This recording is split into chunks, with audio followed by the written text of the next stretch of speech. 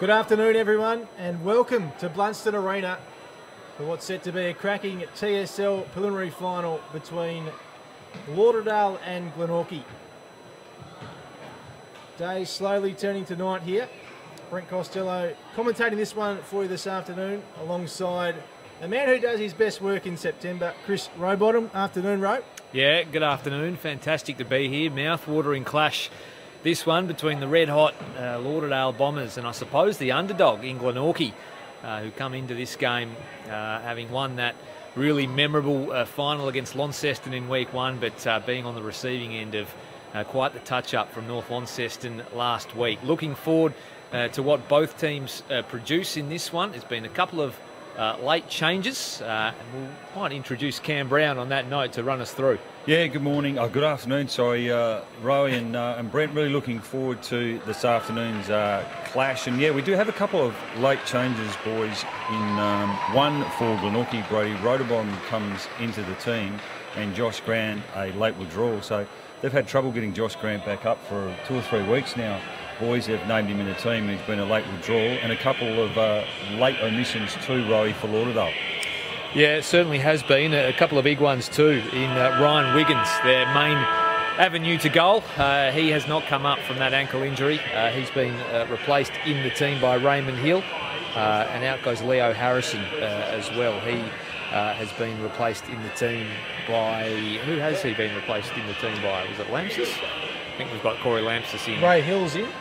Ray Hill Josh Williams is in too. Josh Williams has replaced him in the team. So a couple of big ins, or big outs for Lauderdale. Ryan Wiggins, the headline act there, but that's certainly counteracted by Grant, which makes it all the more tougher for Glenorchy, Breno. As good a player as Wiggins is, though, Brownie, I don't know if it will affect Lauderdale that much. They've got goal kickers left, right and centre at the moment.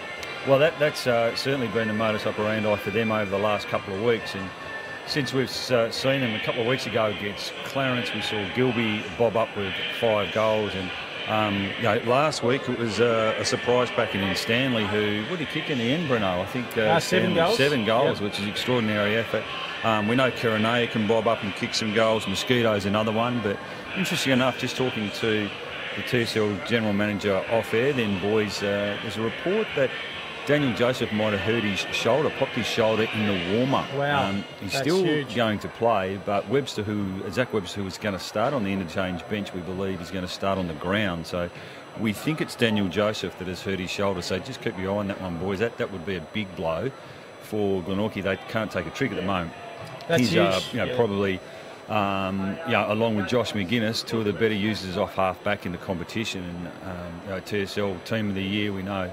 Highly decorated player now at Tasmanian TSL level, so that would be a bit of blow if he is under a severe injury today in this game. Just got eyes on Daniel Joseph in the warm-up at the moment. Seems to be moving pretty freely. No strapping on the shoulder at this stage, so interesting to see whether or not or how much that will affect him if in fact he has popped it out in the warm-up, and interesting to note that he will be taking the field. A couple of changes during the week for Glenorchy, and good to see Matty Joseph back in the team.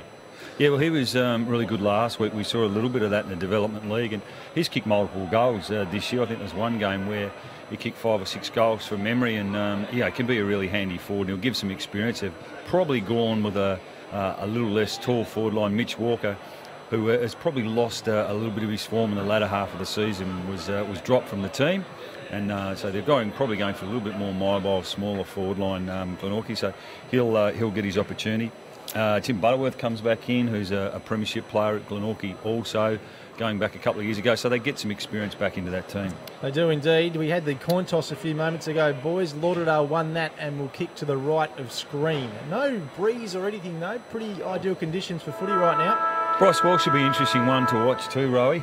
Being out of footy, hasn't played many games at all this year. Hurt that ankle injury from memory. We were watching that one against Clarence down at Lauderdale, and fought his way back into the team and then got re-injured. But it looks like he's going to start on the interchange bench, which is a smart move, I think, to wait till the heat's gone out of this one, and they'll bring him on. But he's a captain. I would expect, boys, that he'll spend a fair bit of time forward today as opposed to being in the midfield. We know even when he was injury-free, he was a terrific on-baller, but one of the key features of his game was the ability to go forward and kick goals. So they know he can do that.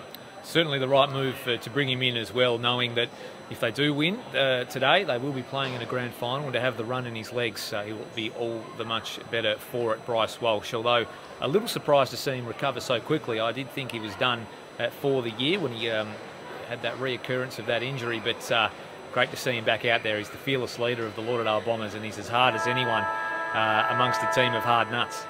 Do you reckon we were all a bit surprised when Darren Winter named those ins at the press conference on Thursday, Ro? Do you reckon they were close to playing McGuinness and Wiggins? Yeah, I reckon they were, and I think you had to name them as well coming in. You want Glenorchy setting up for those. You want to prepare. You have to name them because you have to have your team in nice and early. So you've got to name them if they're even half a chance of being in the team. So they did the right thing by naming them, but no huge surprise that they won't be taking part this afternoon. He's actually starting at half forward now, Bryce Walsh. It did look like he was coming in to change bench, but he'll start across half forward.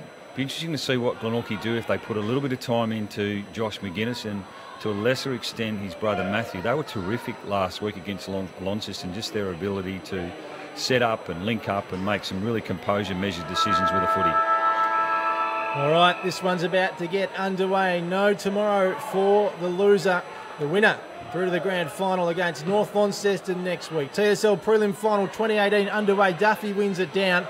Smith running on hard for it though. Boscott collects, or is it Franklin in fact? Advantage paid here for Glenorchy. Brayden Webb, the skipper, has a look from long range, bombs it inside 50, but nice mark taken back there by Robbie McManus. So McManus takes the defensive mark early for Lauderdale. Will kick beyond 50. Pat will fly, comes down off hands. It was Mosquito roving well. Got off a handball. Now they're going through the middle of the ground here, Lauderdale. Franklin couldn't win it cleanly, but Rainbird come through. Sends the Pies inside 50. There's a one-on-one. That's a nice mark, almost taken over the back, but his arm was dragged, McManus, and he'll get the free kick. It's been a good move, Robbie McManus, the halfback. Oh. Don't know about that kick, though. Immediately chopped off, and Glenorchy will have the first shot on goal. Dangerous old kick there coming across the ground looking for Anderton. That's what happens when you go the early crow. But since he has moved back to the halfback flank, Robbie McGuinness have really enjoyed his experience and ball use. But unfortunately on that occasion, it was chipped off by Banks Smith, who is a pretty good set shot kick for goal. So Banks Smith, one of these young Glenorchy players, will come in. Kicks truly. Glenorchy are on the board. They get off to the perfect start, the Pies. They're one straight 6 after a couple of minutes. Lauderdale yet to score. Well, it was set up pretty early by a couple of really good tackles from James Webb. Thor Boscott looked like he was going to break away and get the first centre clearance, but a terrific tackle from Webb to hold him up. He won the resultant free. And then also he was one that laid the tackle across centre half forward. And in the end, it was just an errant kick from Robbie McManus after a good mark, but a nice finish from the youngster in Banks Smith. Yeah, it's certainly the start Glenorchy needed in this one. An enormous amount of confidence. So you rate the restart in the middle. Magpies one straight 6. That is not the best bounce, and it will be recalled. Just wonder where these Glenorchy goals are going to come from today. Ryan Banks Smith with the first. As the two ruckmen go at it again, Smith taps it down. They get another centre clearance here, the Magpies. Daly pops it forward, and now they're looking at it again here, the Maggies.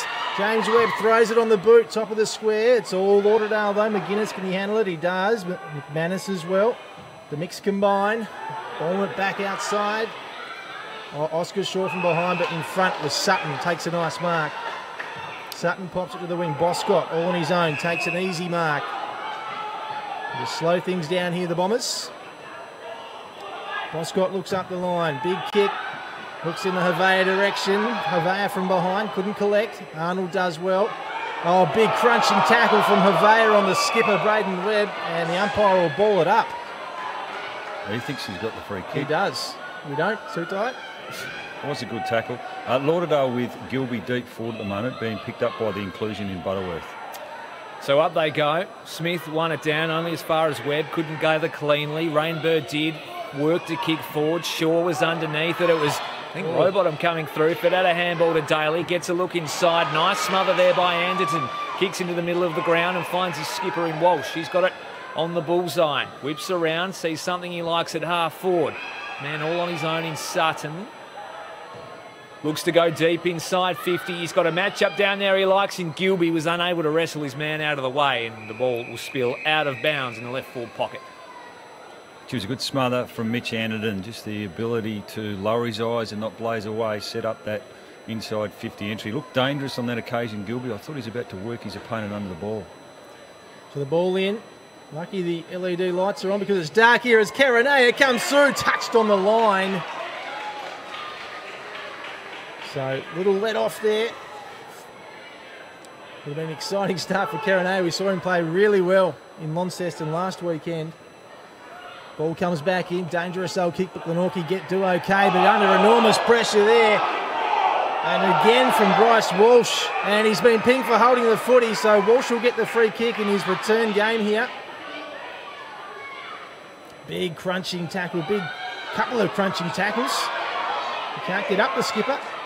And it went to play on, gives the handball off. Big kick inside from Baker. Looks all right, has he got enough on it? Goes right to the line. Umpires called it as a behind. Lauderdale get their second of the afternoon, and Glenorchy still lead it by 4 points. So Joseph to resume things. Lauderdale peppering, just keeps it in. Rainbird, he's been prominent early. Takes the mark and kicks beyond 50. He's got Webster. Comes across and marks on the wing. He's got Daly over the top for a short one, who he uses. Pies now with a chance to work something here off centre wing, directly in front of our commentary position here at Blundstone Arena. Daly just calls for something ahead of him. Eventually just dumps it down the line. What's he got? He's got a one-on-one. Almost dragged down by McGuinness. Joseph was coming through, couldn't gather cleanly. McManus was good, fed out a handball. Here's Mott. Left foot inside 50. High ball. Who wants to get underneath it? Almost taken by Shaw. Webster emerged with a footy kick around the corners. A beauty, and Glenorchy have two. Zach Webster kicks a sensational goal for the Pies. They're 2 straight 12. Lauderdale 2 behinds. They skip out to an early 10-point lead. Yeah, great finish, wasn't it? Zach Webster, front and centre. Had the presence of mind. He used his speed, break the game open, and then just kick smartly across his body. And that was what he's renowned for, I think, before he left and got drafted to Hawthorn as a rookie. And that's a really important finish. Great start for the Pies. Their intensity is up. Yeah, slick start here from Glenorchy. They'll be really pleased, especially the coach Paul Kennedy, as Smith taps it down. And Franklin gets the handball away. Baker. And now Shaw pops it wide, and Williams couldn't take the mark. Doesn't get his footy back, and now Ryan Banks-Smith pumps it inside 50 again, but it's straight down the throat of Josh McGuinness. Not lots on offer for him, so he decides to go to that back pocket. Really exciting start to this match. 2 straight kicks to 2 behinds, and a mark taken there by Smith. Got the handball away quickly to Baker, but put him under enormous pressure. Smith gets it back, handballs backwards to McManus. McManus pops it inside the centre square. Heavey couldn't take the mark. Gets the footy back though, Alex Heavey, the veteran of this side. He goes sideways to Sutton. Sutton pops it forward. He's got Boscott all on his own, and he's got a paddock in front of him and lots of options as well. Has a bounce, Thor Boscott. Loads up just inside 50. It's going across the face and punched through for a rush behind. A pretty good connection there, Thor Boscott, but couldn't quite finish the job. As the Pies resume things from the full back position. Rainbird's keen to get things moving, but his kick isn't a great one. Can Smith gather cleanly? Was down below his knees. He went after it. He might have dragged it in. What's the umpire going to say here? Lets it go. Players will converge though. We'll have a whistle. The umpire will say, give it to me. I'll ball it up. 7.5 minutes gone in this one. Glenorchy 2 straight 12, lead by 10 points. They've got the jump on Lauderdale here. Question how they're going to get their goals, and it's been a couple of midfielders popping up early. The tap comes down in the Rainbird direction, out to Geared, who fed it out to Webb. He's on the wing. He'll send Glenorchy forward again in the Joseph direction. Nice defensive work there. The ball will spin out of bounds. We'll have another boundary throw in on centre wing on the outer side. Josh Arnold got the job on Thor Boscott when Boscott is going forward. We so often see Arnold taking the best mid-size forward from the opposition. It was a slow start against North Launceston last week. Complete opposite this week for Glenorchy. Good to see. Ball not going too far. We'll have another ball up. Well, you're right. Paul Kennedy would have loved this start from Glenorchy because the first 5 or 10 minutes last week, was diabolical for them. So Smith and Duffy go at it again. It's a big kick out from Geared. Wobbly kick. Oscar Shaw's underneath it. Pushed forward by Zach Webster. But it's ended up in Lauderdale's advantage here. Kick onto the opposite side of the ground. Mark couldn't be taken. As Mosquito goes backwards. Just a chance to settle things down here for the Bombers through McGuinness. Again, not too much on offer for the star of this team. He was dominant last weekend against Launceston. Baker. There they go. The big kick up to the wing. Smith and Duffy and Mosquito. He's so electric, we know that. Brayden Webb turns it over for the Magpies. Off to Mott. Mott pops it up and the kick's not his best. Out of bounds on the full. Usually so sure by foot, Rhys Mott. Not on that occasion as Josh McGuinness, umpires called him back. He was eyeing off his brother as they did so often last week across that half back line. The umpire says no. Back you come to take your kick, and he'll go in the opposite direction and opt to kick up the line in the Walsh direction. He'll have to fly. He's got 2 to beat. Duffy couldn't bring it down. A handball comes out in the Mosquito direction. What can he create? Not much, because it was a tight call, but probably the right one. The footy was out. Not the sight the Pies would want to see. Mosquito in open space, running the ball forward.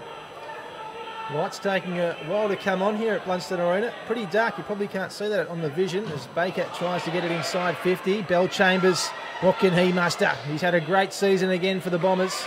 Geared though, does well. Brayden Webb trying to get the handball out. Cleverly done.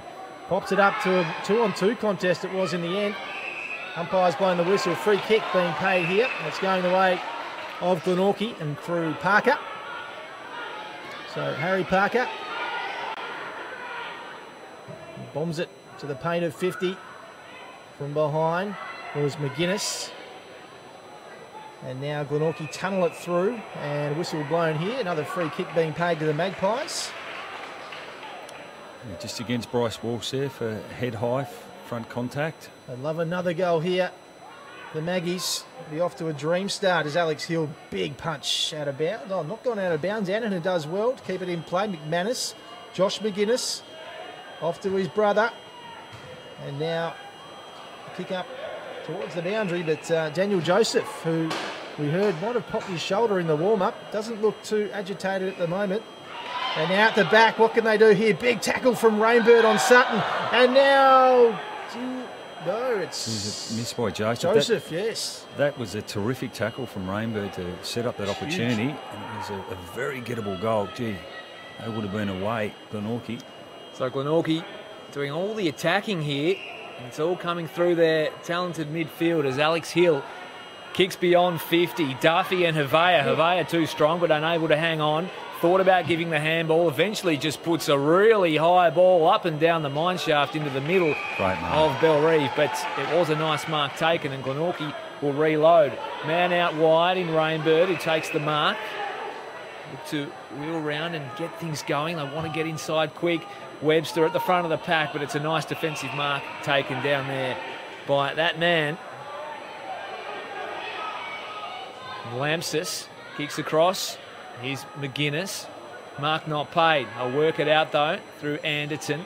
Little one over the top is good. Lauderdale look to clear 50 here. That's to a one-on-one. McGuinness will mop up though in the long sleeves. Kicks to something he likes up the line in Boscott. Couldn't take it cleanly. Through came Bester, but his handball was chopped off. Now here comes Mosquito. He has one bounce. He has two. Has a look at the open goal. He's put it across the face and couldn't quite find his mate in Kerenea. And it'll spill out of bounds for a boundary throw in. Right forward pocket. Glenorchy 2-1-13. Still lead by 10 points. Lauderdale 3 behind.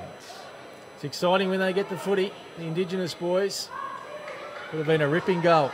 He had it converted there, Mosquito, as it comes back in. Duffy just got a hand to it, and now Kerenea, yes!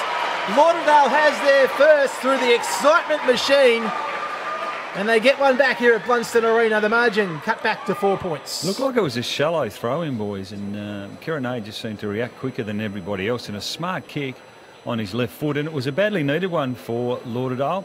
You just come back to that missed opportunity from Joseph, which would have given Glenorchy a 3-goal head start. So gets it back to 4 points. They probably had a missed opportunity when Mosquito was when he did break through the 50 and had an opportunity to get it over the top to Kerenea, but just didn't quite hit the target. Important goal for Lauderdale.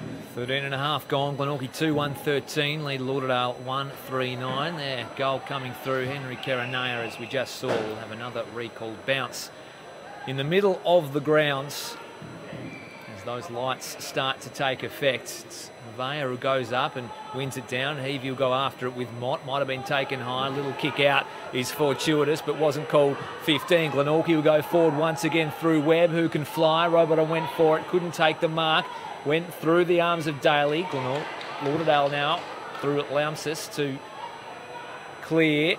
Couldn't quite. Webb gathers the footy. He's got a man free at half forward. Here they go again, the Pies. Kick was smothered though. Daly will go after it. Can he win the clean footy? Can't. Bellchambers could though. Up to Kerenea. He was wrapped up in a fantastic tackle by Daly. And we'll have another ball up at half forward for the Pies as they look to head back after that Kerenea goal. So up it goes. McManus won it down to Bellchambers. Good in traffic. Here goes Heavey. Lauderdale go forward again. Boscott flies and takes it on the chest. He wheels around and sees an open goal square. Kick towards goal. He blazed away, Boscott. Mosquito was there as well. Mosquito running inside 50. It's a minor score for the Dale. So yeah, that was disappointing, didn't he? Just had to need to have a little bit more awareness, and that would have been a soda for Lauderdale. Electric start to this prelim final as Glenorchy bring it back in. That is a shocking kick, and it's out on the full. So Lauderdale play on quickly through Nat Franklin. The mark was spilled by the skipper Bryce Walsh, but inside 50 by Heavey. Glenorchy do well to get it out though. Daly, can he take the mark? He can't. Here's Ray Hill, pops it on the boot. The kick's a shocker though, and it goes to Webster. Zach Webster, been in the news all week after getting his suspension overturned at the TSL tribunal. Now Joseph. Now Arnold. A couple of premiership players there for the Magpies from a couple of years ago. Against North Launceston, incidentally. Brennan now for the Maggies. He's got Geared all on his own up here, right in front of us, and that's who he uses in the end. Geared gets it off to Mott. Mott goes back to Geared. And now Geared's kick is straight down the throat of Laumsis. Handball's off to McManus. McManus to Bellchambers. Bellchambers goes to Mosquito. Mosquito pops it inside 50. Who's he got? No one. And now Butterworth. Good to see him back in this Magpies lineup. And looks like free kick's being paid back here. They stopped, didn't they, Glenorchy? Yeah. They had the advantage. Just some of their experienced players at the moment are getting their hands on the footy. Joseph, Mott, Webb, Arnold. And Lauderdale, a bit of upside still left, I would have thought, in Franklin and Bellchambers. They've had relatively quiet starts to the game. So that man Butterworth gets himself a free kick, finds a man free. Out on the outer side in Roberts. He kicks towards half forward. McGuinness flew, couldn't affect the contest, but the ball will spill out of bounds on the outer side. We'll have another boundary throw in. Glenorchy lead this one by 3 points. They're 2-1-13, Lauderdale 1-4-10. 17 minutes gone, first term here at Blundstone Arena. The umpire throws it back in once again. It's one down into the path of Bellchambers. Might have been taken high. In fact, he was by Geared. Umpire all over it. Bellchambers will take the free kick at left half back for Lauderdale. See something short. It's Nat Franklin. Handball on. Players on immediately to McGuinness. Here they go now. Lauderdale through McManus. Open forward line. Will Walsh fly. Mosquito stayed down. Here comes Surveyor. Picked up nicely. Couldn't get it off to Gilby. They'll mop up now through Arnold, the Pies. Going one way then the other and see something short he likes. He hits the target eventually. And almost stole himself into trouble as the ball gets spread out wide in the Mott direction. He'll pick up Glennie. Little handball over the top. Eventually found the target. Little kick forward will be fortuitous. Umpire got in the way then of young Daly, but it'll work out for the Pies as Banks Smith gets it to Webb. He's got a player in the middle of the ground in Geared. Handball over the top now to Brayden Webb. He's got enough time to measure things up and have a flying shot on goal, but it'll miss to the right-hand side. So good ball movement there by Glenorchy, albeit a little fortuitous. Yeah, both teams have had opportunities to kick goals in this first 20 minutes or so of the first quarter. So Lauderdale to bring it back in. Big booming kick, heading in the Ray Hill direction, takes a nice clunk. Hill back in this side this afternoon. Pops it right to the wing. Alex Hill went over his head. Boscott's there. Big smack down from behind from Harrison Gunther, and it's out of bounds. Boundary throw-in. Yeah, Ray Hill hasn't played a lot of senior footy this year, so it's a real opportunity for his team, if they get a win, to stake his claim for a spot in the grand final should Lauderdale get over Glenorchy today. Absolutely. We await the ball in, approaching time on this opening term. Hayden Smith got a hand to it, which Rainbird did well. Daly collects, puts Zach Webster under enormous pressure. They got the handball out in the end. Parker off to Daly. Daly inside 50 and punched from McGuinness from behind, but it's ended up in Glenorchy's advantage. Brodie Rowbottom, the star of a couple of weeks ago, bouncing ball, Rowbottom goal! Well, that's his bread and butter, and that's where he's been very dangerous over the last few weeks, and was just in the right spot. Manny McGuinness just got caught on the wrong side there. The ball spilt free, and a smart left foot goal, opportunistic goal from Rowbottom. You look at his body shape, boys, he doesn't necessarily look the most athletic type, but he just seems to read the ground level ball quicker than his opponent on many occasions, and a great finish then for the Pies. Look dangerous in attack, haven't they, Brownie? Yeah, they have. I just think Lauderdale haven't been able to get their hands on the footy at the moment. In particular, Franklin Bellchambers has had a couple of touches in the last few minutes, but they probably need more out of their prime movers. Lack of athleticism, a common thread amongst Rowbottoms as the Pies win it down straight into the arms of a Lauderdale player in Bellchambers, and that is clean holding the ball. Pies will take the advantage now through Banks Smith as they look for their fourth. Spearing ball is a very good one. They'll reload now. Bailey Bester. Pies at centre half forward through Bailey Bester.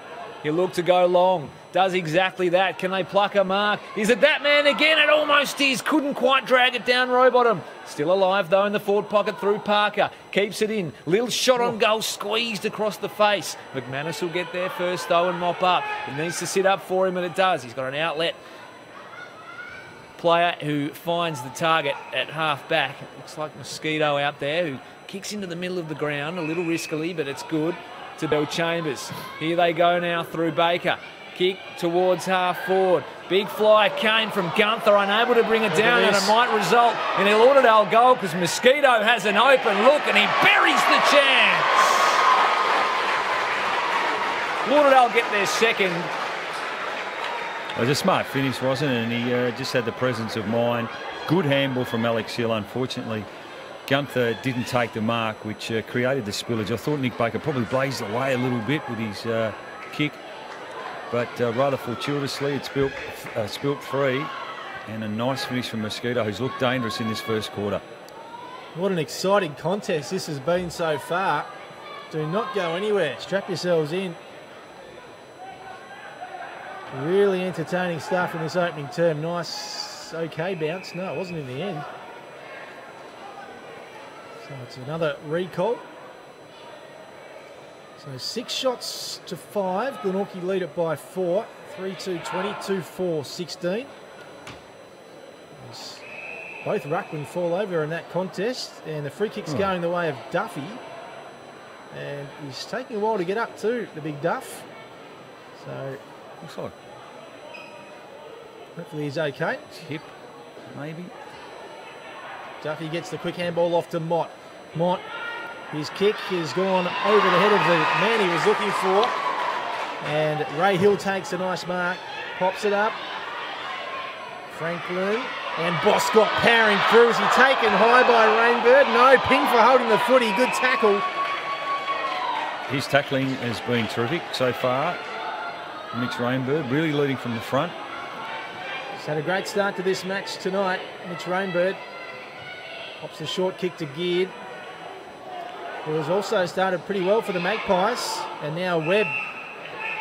A lot of their players on song here at the moment. This man's been really prevalent as well.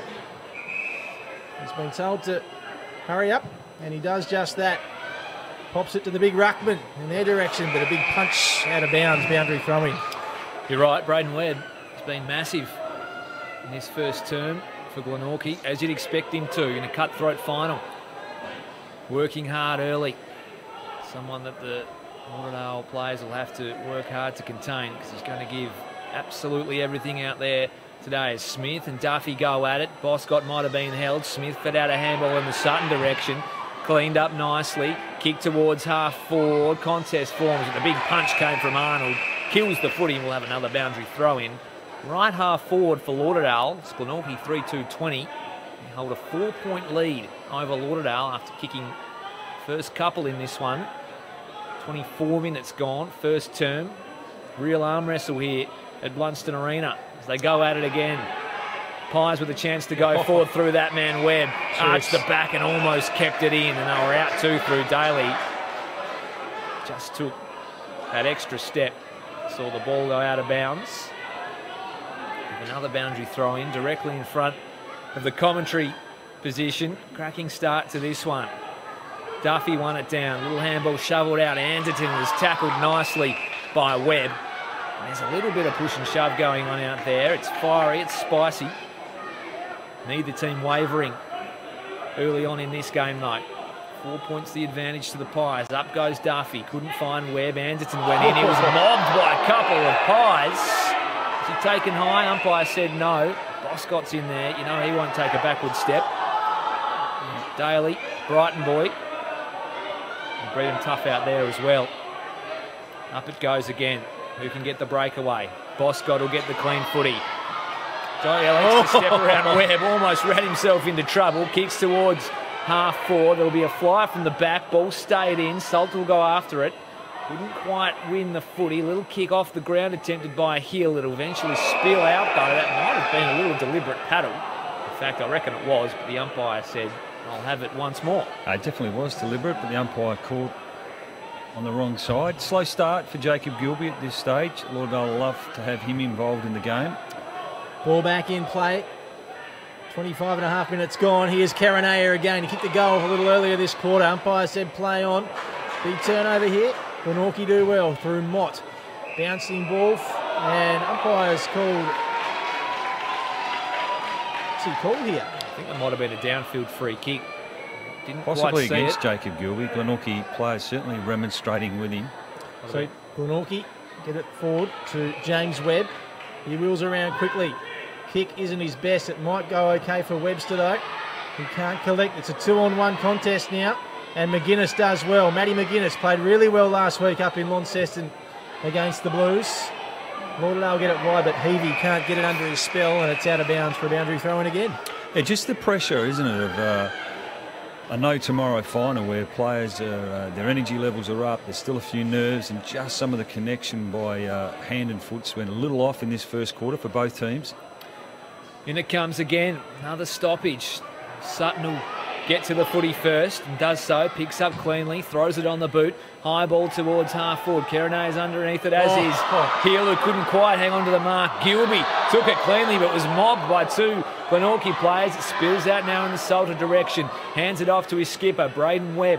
Time and space now through the middle of Blundstone Arena. Kicks towards half forward for Bailey Bester. What can he do in a one-on-one? He's got a pretty decent player to contend with.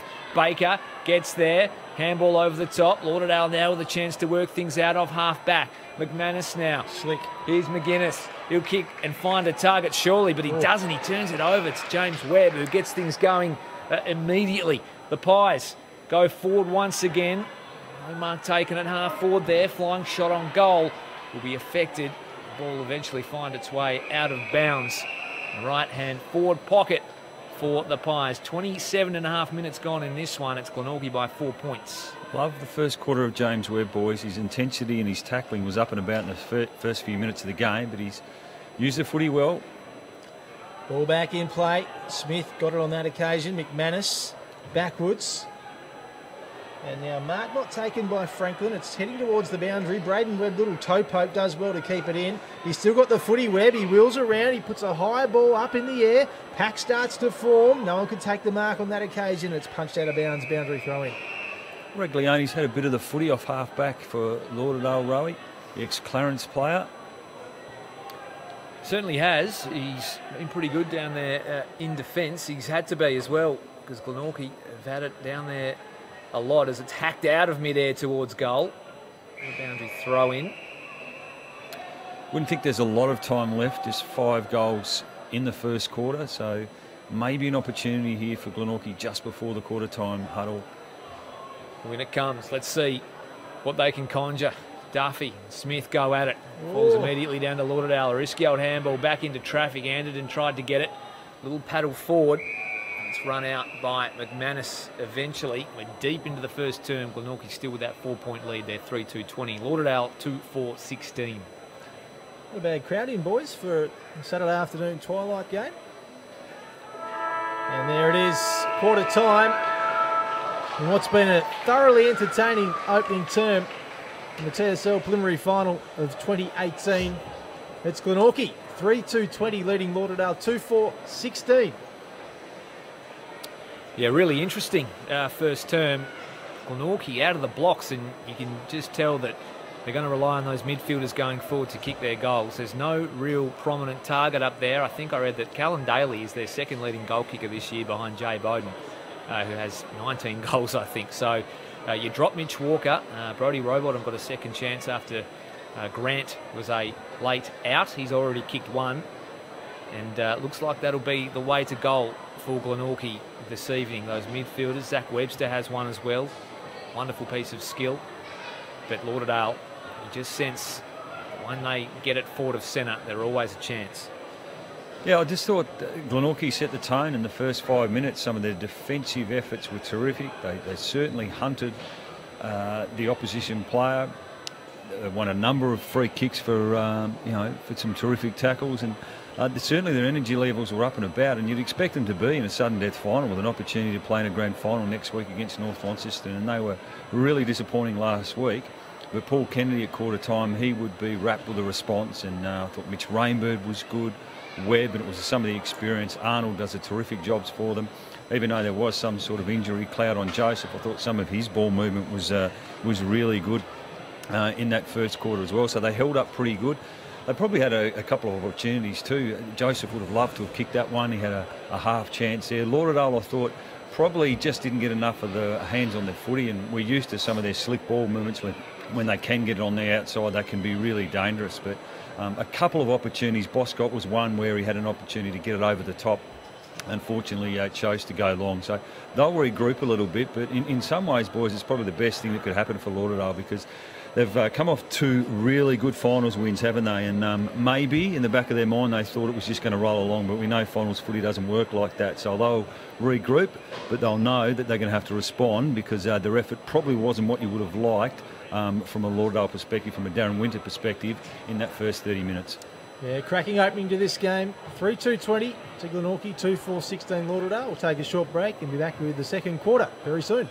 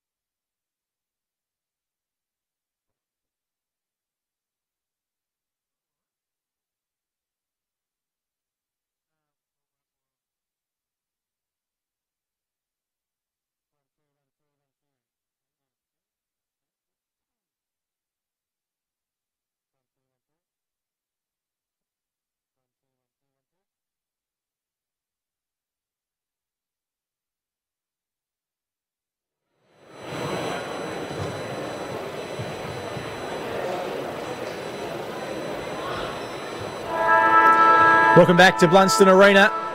Second quarter, not too far away here in this fantastic, exciting TSL preliminary final of 2018.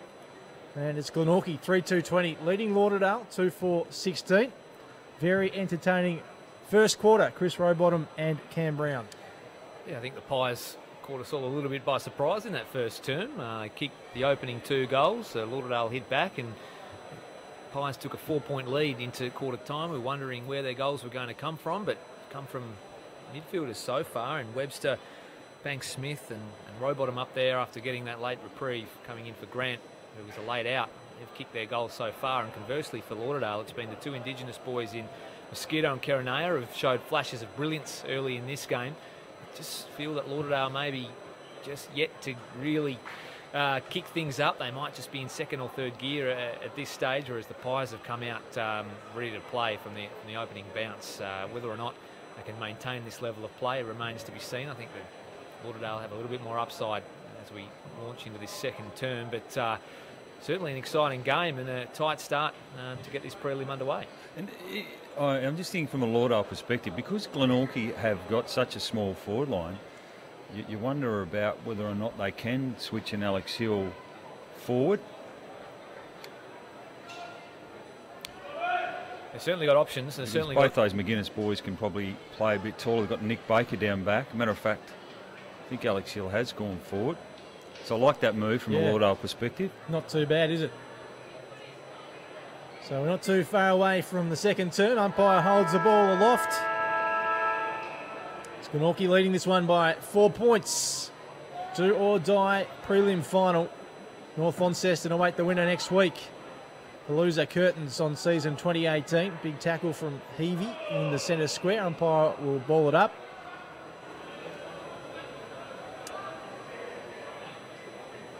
So day slowly turning to night here. Lights taken full effect though here at Blundstone Arena. Here's Rainbird, who had a hot start to this match. He pops it inside 50. Can a mark be taken? It can't. But Daly gets it out the back, pops it over to Webster. Zach Webster has a good look at it. It's right across the face though, and out of bounds. Interesting that he went the sort of around the corner. He could have straightened up. He definitely could have straightened up, and he probably had a little bit more time and space than he thought, Zach Webster, and looked a real chance to kick his second and get Glenorchy off to the perfect start in this second term. Not to be though, as the ball gets thrown in. Smith wins it down immediately to Baker. Got off a little handball to Heavey. It comes out beyond 50. A little bit of holding going on there as Walsh tried to meet it solidly. Now Boscott will do battle. Might have been holding his opponent. Banks Smith went in hard. In fact, the umpire said there was a bit of holding there. Yep. Glenorchy will look to go forward again. A pack of players will form. Big fist came out the back, but here's Daly out the back, who kicks another one for the Pies. Another roving goal for Glenorchy. And they're bobbing up from everywhere, these Pies goal kickers. Yeah, it was a good kick, wasn't it, from Ryan Banks Smith, a deep inside 50 entry. And then they were happy for the spillage, weren't they, Glenorchy? Because we've mentioned a few times already, it's a small forward line. We're used to looking down there and seeing a Mitch Walker or a Jay Bowden. But in the end, Callan Daly on the left foot, really smart finish, wasn't it? Perfect start to the quarter for the Pies. Just can't get rolling here at the moment, the Bombers. Glenorchy with all the answers so far to that question all week that we've asked. Where are the goals going to come from? So can they get it out here and get a centre clearance, the Bombers? Bellchambers tucks the footy under his arm and does a bit of balking and weaving. He puts a long kick, but it's going down the throat of a Glenorchy player, and Joseph. Daniel Joseph, so reliable back there for the Magpies. Finds a player loose on the wing. He pops it up. There's loose Pies everywhere here at the moment. Rainbird. He kicks it to James Webb, who's all by himself. And now Zach Webster again pops it inside. And going back with the flight, mark couldn't be taken. Rowbottom snaps. It's right across the face. Mark taken, was it, by Bester? Yes, it's paid. He pops it in, and in the end, it was almost intercepted. Here's Webb, though. Throws boot to ball, but it will go out of bounds on the full. It is under siege here, the Bombers. As you mentioned, they picked them apart on the outer side there, players lining up. Interesting when guys like Zach Webster and Brayden Webb have time and space to move. They generally hurt you, and they almost did on that occasion as McManus brings things back. Pat will form. Duffy brought it down.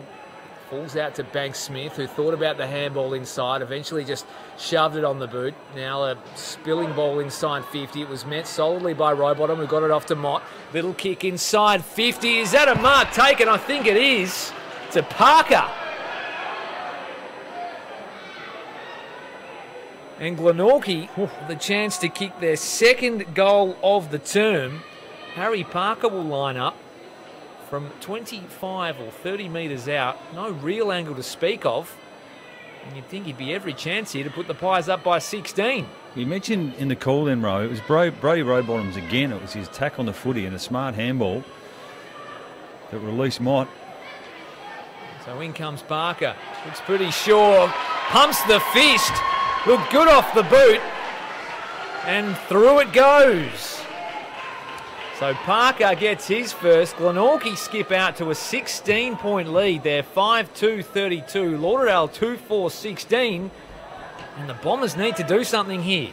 Well, it was a bit unconventional again. It was just a kick under pressure from Mott, but Parker was able to outbody his young opponent in Nick Baker. I thought for a minute there Mitch Rainbird might have had the free kick reversed against him, but very rarely did the umpires pay this. They're danger signs, isn't it? Early game, early doors at the moment, but it's a 16-point lead to the Pies. Lauderdale need to respond. Danger signs indeed, Cam Brown. Big tap from Duffy there. Bellchambers is wrapped up by Webb. Mott kicks off the ground. It's been pinged for holding the footy. It's coming back. So Webb will get the kick. And he plays on really quickly, Brayden Webb. Goes inside 50. What can happen here? It's all Glenorchy again. Lauderdale try and get it out through Havea. McGuinness just went through his hands. Camrick got a little toe poke to it. But Lauderdale do well and bring it out through Shaw. He looks for his skipper, Bryce Walsh, over his head though, and goes, oh, keeps it in. Bryce Walsh does well. Back in this side this afternoon. Boscott puts the power burners on and goes up the line. And Glenorchy trying to go for the mark, and Brayden Webb spills into his hands in the end. Here's Mott. And tackle from behind from Kerenea. Umpire will ball it up. First time it's been down. Close, even close to Lauderdale's forward 50 this quarter. It's been all the Magpies. Brayden Webb's been massive so far in this one, really leading from the front. As Havea wins it down to Kerenea. Nice handball to Boscott. Kick inside 50. Might have been hands in the back from Hill. Butterworth gets the loose footy. Umpire blew the whistle. Gunther will take the free kick. He'll spread things wide. He's got a man out there. Look at the spread. Glenorchy will look to go again. Another player free on the wing. Webb.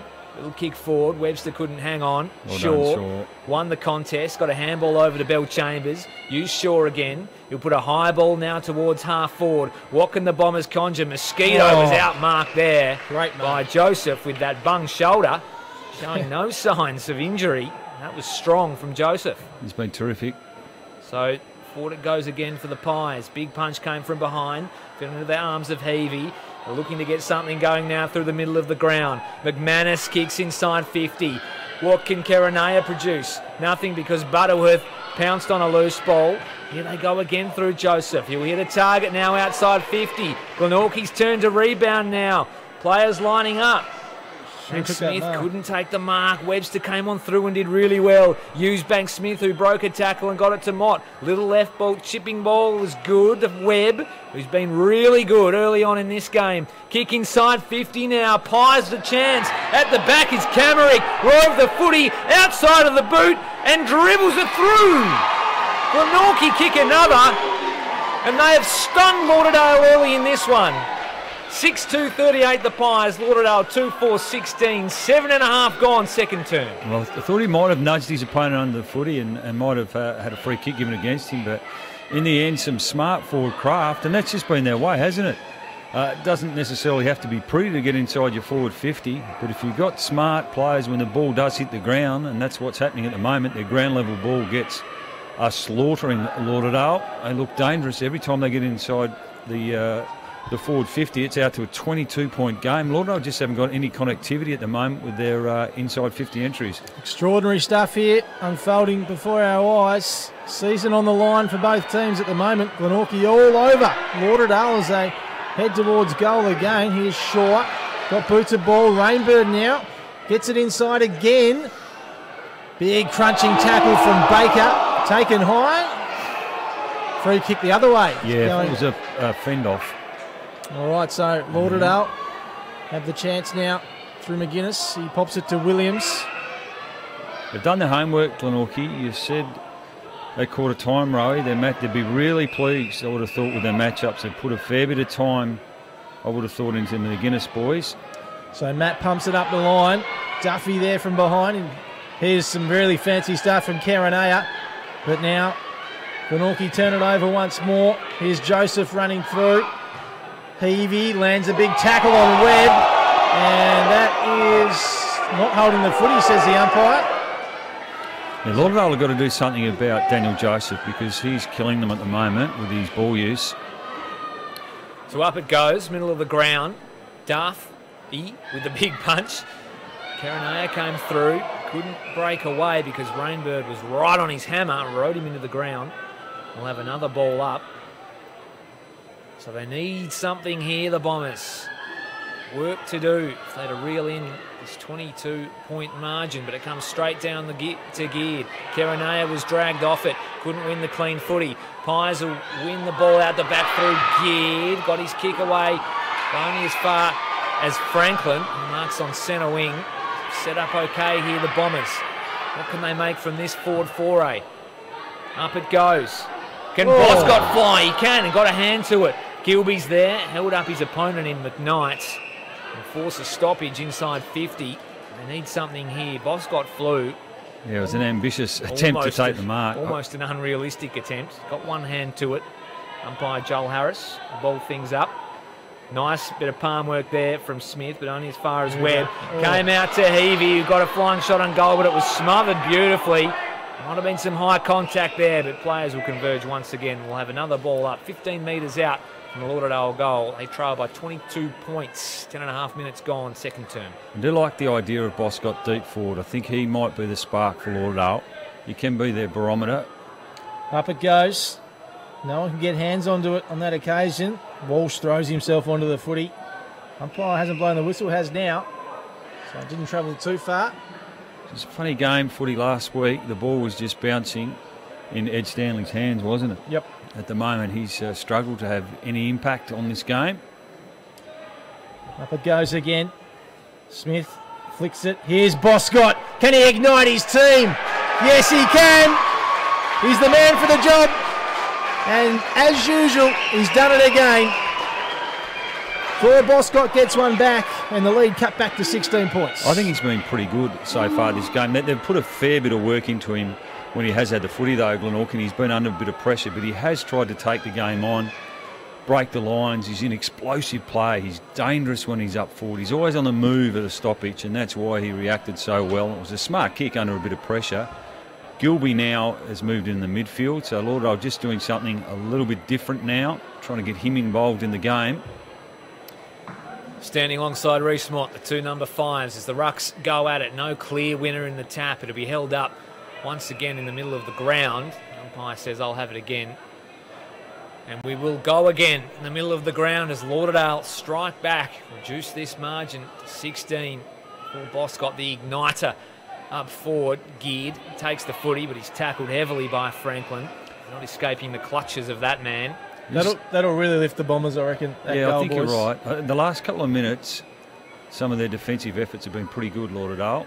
Smith won it down. Geared, who's been pretty good tonight so far, slaps the ball forward. It was a big fist that came from behind from McGuinness, but Joseph will kick Glenorchy inside 50. They look to get one back on the Bombers. Foot race out towards the boundary. Who can gather cleanly? It was Roberts who went in after it. Mott's kick was smothered out of bounds right half forward for the Pies. The big 5 minutes coming up in this game. Just since Lauderdale have lifted their rating in the last 5 minutes. Really interesting little period here. Can Glenorchy hold on? Gilby went after it. He was tackled by Daly, who's been fantastic for Glenorchy. In fact, he's given holding the ball. Hard to argue. Gilby not having his best night. Daly will send Glenorchy forward again. He's got a man in the pocket, but it was always going to be tough work for Cameron. He had 3 Bombers to contend with, and the fists flew, and the ball went out of bounds. Right forward pocket, Glenorchy 6-2-38. Lauderdale 3-4-22, 13 minutes gone. Second term, Brent Costelloe. Yeah, it's a thriller, this one so far. Really enjoyed it. Tap down, Camrick's lurking again. Baker gets the footy, Anderton. He's wrapped up. Get it out. Camrick's in there again. And now Sutton got it out. Franklin taps it along the ground. Here's Rowbottom. Hit the goal earlier in the game. And now the very dangerous Rhys Mott gets boot to ball. And it's good. Glenorchy get the quick reply to Thor Boscott's goal. And the lead back out to 22 points yet again. Once again, Brody Rowbottom reacting to that ground level and a slick handball and found Rhys Mott with space on his left foot. And he's not going to miss from there. Talk about a man taking his chances. Came in for the final against Launceston, kicked 4. He set up a couple here tonight and kicked one of his own, Brody Rowbottom. Having a pretty good night in this unpredictable small forward line. Seems to be his go, doesn't it? Oh, look, they're a better team with him in the side. You'd have to say that over the last month, no doubt about it. Back in the middle, so Lauderdale, the onus is now back on the Bombers as it gets spiked forward. Back in that man's direction, Rowbottom gives it to his skipper in Webb. Wheels around and sends the Bombers inside 50. Nice mark taken down there by Nick Baker. It was a great mark. Once again, though, Robbie McManus has got to put some time into Brody Rowbottom at the moment. Again, he led him to the ball. Seems lack of respect at the moment. He's been working tirelessly up forward as Williams concedes a little bit of ground. Bombers will work it out of defence here. They've got a man in space in Sutton who can get it and go. Takes a bounce. Goes into the middle of Bellreeve. Sees Boscott at half forward. Wasn't a bad kick, but it was a wonderful effort there by the youngster who put his head in the hole. It's not dead yet, though, for Glenorchy. Pies will work it out here by hand. Mott now. He'll use Shaw by foot, and that's a nice kick out wide. Find his teammate in Arnold, who has it at right half back. That's not his finest, although Banks-Smith did really well against Williams. Took on Stanley as well, who's been very quiet tonight. Back now to Joseph. He'll kick beyond the wing for Glenorchy, and it'll just stay in. No, it won't. It'll be out of bounds on the full. Rowbottom couldn't quite convince the umpire. Robbie McManus will take the free kick. Such is the tackling pressure of Glenorchy in the first quarter and a half of this game. Lauderdale just can't get it on the outside. So Robbie McManus, the Lauderdale veteran. Big kick as the pack forms. No one can take the mark. Ball to ground. Here's Hill. He was pretty good in the first term. Here's Brayden Webb again. Speaking of good in the first term and the second term for that matter, the skipper of Glenorchy. It's all the Magpies at the moment. They've hit the scoreboard really nicely. And ball's still alive here. Williams does well, just steals it away. Big kick. And nice mark taken by the Magpies. And it's Chris McKnight. Gets it inside. They're just going to take their time here now to work it forward. Why not? Up it goes Duffy and Havea from behind. Punched it forward. Bellchambers. Havea again tried to tunnel it out. But again, Webb does so well. And it's out of bounds. 22 points the margin here at Blundstone Arena. 16 and a half minutes gone. Second term. Glenorchy 7-2-44. Lead Lauderdale 3-4-22. And the crowd isn't a bad one. Certainly an air of surprise amongst the crowd. That's a ripping tackle there by Bryce Walsh. Didn't let Geard get away. Ball spills out to Franklin, who's also been reasonably quiet. We'll get it again here, though. Gets a couple of touches. That's a funny old kick on the left boot out towards the Raglione direction, but he was good enough to take the mark, Raglione, who's been pretty handy in defence tonight for Lauderdale. It's got Anderton on short. Little one over the top now is good to Williams. Stuck eventually. Centre wing, right in front of the commentary position here. Williams, little stabbing ball. It's a nice one to Heavey. Good kick. This is better. They're not moving it as fast maybe as they should here, Lauderdale, but they pop it in eventually in the Smith direction. Couldn't quite take the mark. Boscott went through and got collared, and he'll get a free kick.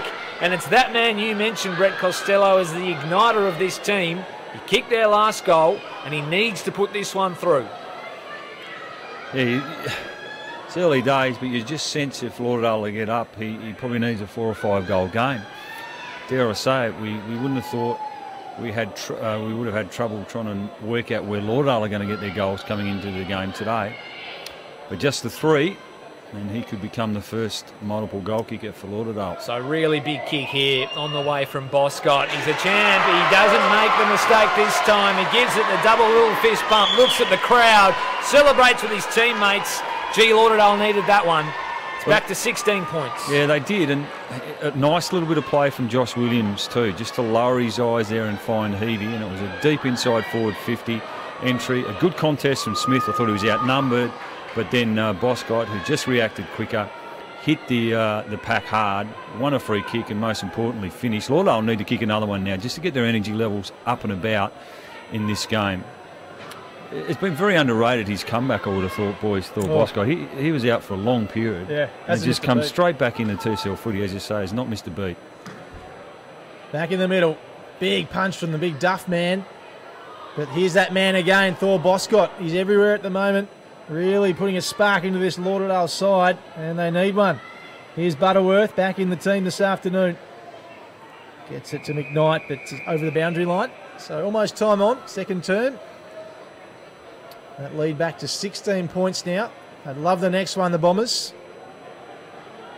Because Glenorchy have had all the answers every time the Bombers have kicked a goal so far. Duffy got a hand to it. Here's Bellchambers. Can he ignite his team as well? Here's Walsh. Kick was smothered. Rainbird collects. He just throws it on the boot, but it's straight to Lauderdale and it's straight to Robbie McManus.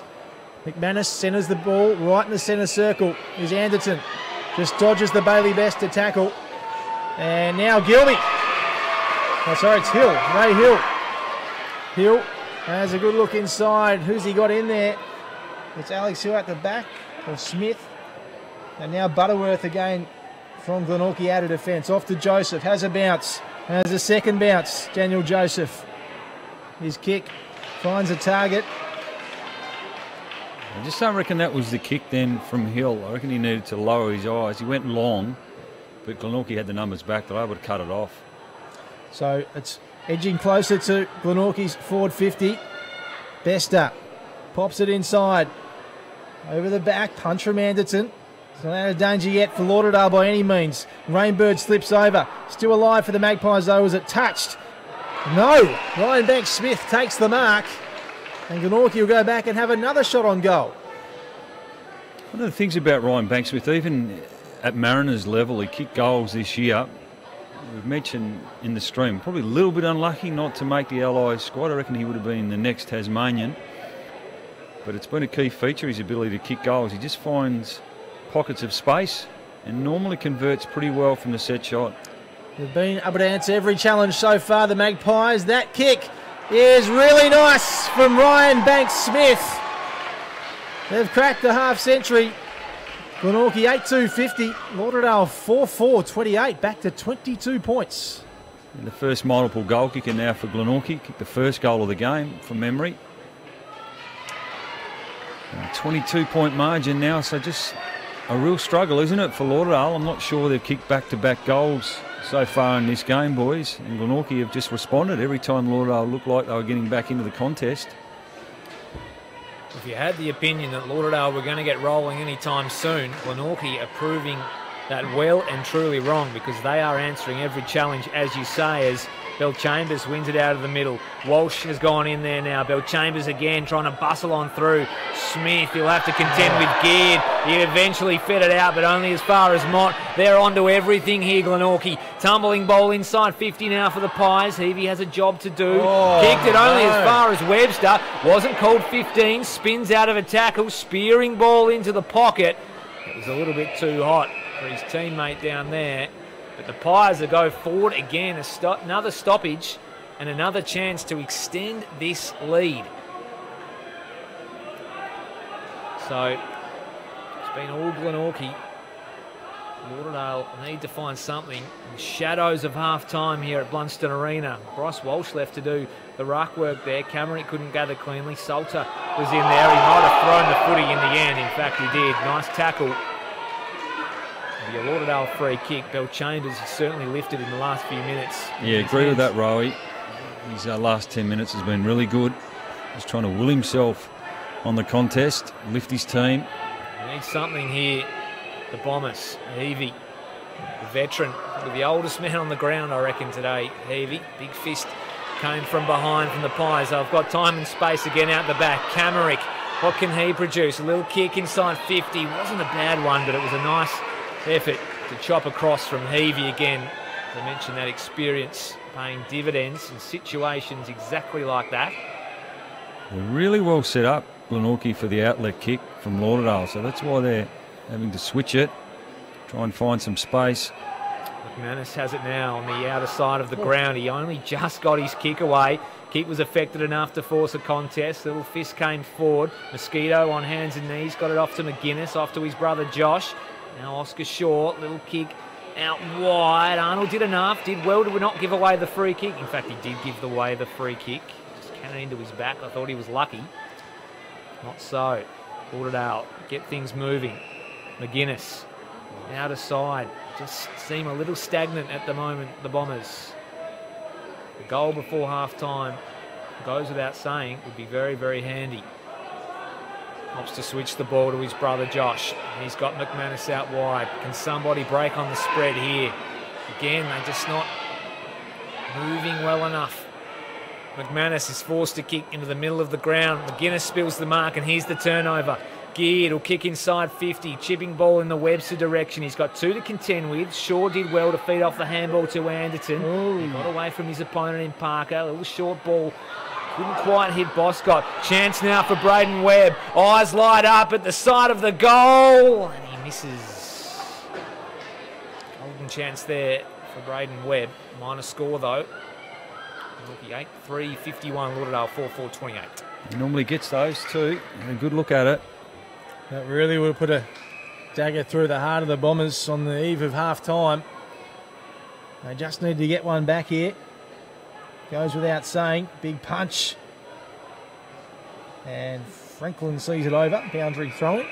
25 minutes gone in the second term. All one-way traffic at the moment. North Launceston, of course, awaiting the winner of this one in the big dance next week. No tomorrow for the loser. Everything on the line here tonight at Blundstone Arena. Back inside 50 for Glenorchy. Big tackle from Raglione. And a ball up. So can't be too much longer left in this quarter. Smith taps it down. And again, ball to ground. Still alive though here. Here's Brayden Webb. Can he get one? Big tackle from Boscott. Parker. McGuinness was there. And Webb. Now Shaw. James Webb now. Brayden Webb. The two brothers combined. Here's Mott. Can he do something really special? It's touched. Callan Daly, the pocket rocket. Can he muster something really magical? That's a high ball inside the square. Oh, Zach Webster! Zach Webster off the toe. Glenorchy. Their lead's a huge one now on the stroke of half-time. Well, that's his second goal, and coming to the game today, you know, he would have been one of the players that Glenorchy were looking for to bob up and kick a few, and it was a defensive spoil, I think, from Lauderdale, but it was into that dangerous spot. And Zach Webster found himself with time and space. Didn't decide to pick up the foot. He would have been tackled, so it was a smart decision to kick it off the ground. And rain falling now too, boys. Yeah, interesting, because 29 points is the margin in Glenorchy's favour, and with the rain tumbling down, that just makes it that little bit tougher for Lauderdale with a wet footy as we go back to the middle. Bellchambers to Walsh, those two combine. A couple of Bulls who need to lift their team. Kicks it forward. It's almost chopped off by Gunther. Bounced off his chest. Mosquito was ripped off it. Havea went after it. No time and space to move. Little chipping ball inside was good, but not good enough to Mosquito. Got it out to Bellchambers, who just slapped it on the boot and got it forward at any cost. Stanley, nice tackle laid on Arnold. I'll tell you what, boys, we haven't called his name often tonight. Ed Stanley, after 7 goals. I can't recall him or Gilby having kick between them. I don't think they've touched the ball at this stage. If they have, it's been very, very inconsequential as it spills out to Mosquito on the stroke of half-time. He got boots a ball right in the nick of time, and that's a godsend for Lauderdale. Tim Mosquito. Gee, they needed that. That hurts Glenorchy. and it just reels that margin back into 23 points. Geez, that's fortuitous for the Bombers, right on the buzzer. And that'll lift the Lauderdale boys as they go into half-time. Glenorchy 9-3-57. Lauderdale 5-4-34. It's been all Glenorchy, but that's a team lifter. It certainly was, and a badly needed goal for Lauderdale. Cuts it back inside 4 goals, but they're going to have to regroup, and they're certainly going to have to come out a different team after half-time. Look, we're only halfway through this game, so plenty of footy left, but what you'd have to say, boys, is what a fantastic coaching effort it's been so far from Paul Kennedy and his team of Glenorchy players and the leaders who have really taken upon themselves right from the word go to impose themselves on this contest. And they've been ferocious in their attack on the footy. They've had an unconventional method of getting it inside their forward 50 and then relying on reacting to the ground level, and that's where we've seen so many different players. I think they've had, 6 or 7 goal kickers Glenorchy in this game so far. So different guys have just bobbed up in different fashion, and they've finished well with 9 goals 3. So and probably had a couple of other opportunities to score even more accurately. So look, they'll be absolutely wrapped going in at half time. They're an hour away from playing off in the grand final. From a Lauderdale perspective, they just haven't been able to get that run on the outside that we're so used to. They can be a team that can score really quickly. You know, from memory, boys, I think their third quarters have been pretty strong over the last few weeks, so you'd expect them to regroup and respond, and they just have to because the grand final's on the line. Still plenty of upside, I think, for them. No doubt they've been hurt by the loss of Wiggins. McGuinness is another player who, you know, would certainly help if he was in the team from a Lauderdale perspective, but they just need to get their hands on the footy, really get this gun. They need to come out and probably score the first couple of goals after half-time early and start to put on a little bit of pressure, because at the moment, Glenorchy are just responding. Every time Lauderdale have kicked a goal, Glenorchy have been able to answer. So it's all set up. Don't think any of you saw this. With all due respect to Glenorchy, I thought coming into this game that Lauderdale were the favourites, and I think that's certainly how the pundits saw this one. Maybe we got tipped into too much last week, Breno, when we saw Glenorchy struggle to kick, was it 5 goals, I think, against North Lonnie. And as we've mentioned throughout the call, we wondered how they were going to manufacture their goals, but they've been terrific. They certainly have. As the rain continues to fall here at Blundstone Arena, we'll take a short break and be back with the second half very soon.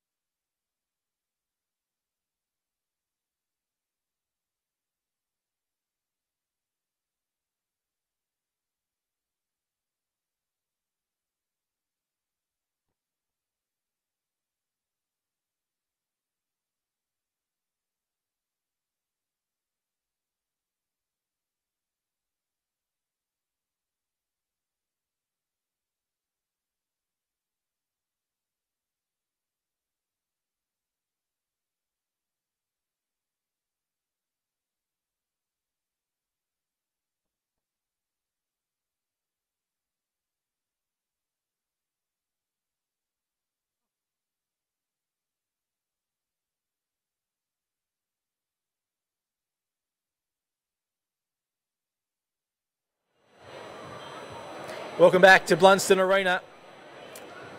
After what's been a cracking first half of the preliminary final for 2018 here in the BUPA TSL. It's Glenorchy 9-3-57 to Lauderdale 5-4-34 at half-time. Seen some rain over the break. Both teams back out on the ground. Chris Rowbottom and Cam Brown join me. Boys, what happens from here? Mega interesting. That goal right on the shadows of half-time to Tim Mosquito brought it back into a 23-point margin. All important, I think, at the end of the game. If Lauderdale manage to mount a fight back here and get themselves within touching distance and maybe even snatch a win, it'll be that goal that we'll probably reference as being a real turning point, because you go into half-time as Glenorchy with a 29-point advantage. It's almost a clean 5 goals. You got that mental edge, but 23 points just puts a little bit of doubt in your mind. I don't think some of these prime Lauderdale movers have really got going yet. I think they're set for a really big second half. Bryce Walsh is probably looking a tad underdone, I suppose. They moved him into the midfield. Bellchambers has been pretty good, but they need more from a couple of their forwards. Ed Stanley and Jacob Gilby, namely, have been really, really well held. And at the other end, it's been the Mosquito fleet of Glenorchy that have got the job done. They've got Nick Baker starting in the midfield. I like that. I think since he's come back at under 18 level, he's been really handy for them in there. He spent a fair bit of time outside the centre square in the first half. I just think with him in there, gives them a little bit more flexibility. They're all set for what will be, if nothing else, an incredibly intriguing second half here at Blundstone Arena between Glenorchy and Lauderdale. The Pies hold a 23-point advantage. Can they hang on and book themselves a berth in the grand final? We're officially underway as players jump on the loose footy at the centre bounce. We'll have another one right in the middle of Bellreeve. I think it's fair to say that Lauderdale need to draw first blood here in this second half. Thor Boscott up into the midfield as the tap is won by Duffy down to James Webb. A couple of Bombers get underneath it. Walsh got to the footy first, out to Boscott. Here they go. Lauderdale through Anderton now. Little chipping ball across to McGuinness. Wasn't as good as it should have been. Anderton was wrapped up by Gunther in the end, who followed up some really nice defensive work. Well, that was one of the moves we called for at half-time off air, boys. Matty McGuinness to the forward line. We've seen him do that at under 18 level for Tasmania and kick goals. As Anderton comes from the ground and Williams takes his place. Smith palms it down and Williams gets a touch there. He's dumped by Webster. A nice tackle. And another stoppage. Webster was electric in that first half. He's been up and down this season, Webster. His injury troubles, but kicked 2 vital goals as Boscott tries to get his kick forward from the stoppage. It falls into the arms of McGuinness, who's looked to have gone forward. Straight to the hands of Mott, though, across half-back. Turns it over, only as far as Smith. Webster tackles the big man to the ground. Boscott wraps up Rainbird, and that's holding the ball. He owed Rainbird one from the first term, and he got him back there with a nice big tackle to win the ball back for his team. Kick towards half-forward now from Boscott. Big double fist came. Fantastic bit of defensive work. It's out of bounds. Once again, we'll have a boundary throw-in. A couple of minutes gone in this third term. They look a bit more on here, the Bombers, which is good to see. They need the first. We said that, even the second as well. Back-to-back goals, something they haven't been able to do this game so far. Here's Baker, wrapped up, Walsh, and now Rainbird try to get a toe to it. And now Camrick gets a bouncing ball in the Parker direction, picks it up nicely, Parker, but the disposal wasn't great to McManus. And now Camrick again got going, but only as far as Anderson, who collected. And now Zach Webster. Can the Magpies turn it over here and do something special? Here's James Webb. Handball wasn't great, but has landed okay. And Callan Daly's all on his own. Ben Camrick hasn't seen him. Mitch Rainbird has the footy. Daly's still on his own. He ends up with the footy. No, it goes straight past him and bounces out of bounds. So Daly was all by himself there for a very long time. You called it, Breno. Good spot, but they just couldn't find him. He ducked out of that stoppage, and his Lauderdale opponent just got dragged into the contest. Dangerous spot here for Lauderdale, right in front of Glenorchy's goal. What can they do? Raglione does well. He collects the footy and pops it out and lands on the chest of McGuinness. Has he been paid the mark? He has. Probably lucky. So Matt McGuinness finds Bellchambers. Can he provide a spark here for the Bombers? Drives it long in the Havea direction. Mark not taken by Glenorchy. Havea gets it. Handballs off to Smith. Big Hayden Smith. He gets it inside to the dangerous Karanaya. Henry Karanaya. Can he give him a spark? Yes, he can! Henry Karanaya. They desperately needed that goal, Lauderdale, and they get it through their talented star. That was their best ball movement, I think, for the game. Bellchambers took the game on. They went through the corridor. They're going to have to take Rhys. And in the end, a good contest. It was a great outlet kick from Raglione to start off with. And a really smart handball from Smith. He knew it was low percentage for him to kick it. And then Karanaya just had the presence of mind to just, in the end, balk, give himself a bit of time and a smart finish on his left foot. Liked it from Smith, thought his way through it and gave it to the man who doesn't miss those ones in Karanaya. He's kicked his second as Lauderdale looked to go forward again, but only as far as Camrick, who works it out of the middle, kicks towards the boundary. It'll bounce out. What will the umpire say here? There's half a shout for deliberate. Anderton was hoping for it. The umpire said, no, throw it in, please. Back-to-back goals, boys, yes. So they'd love another one, though, too.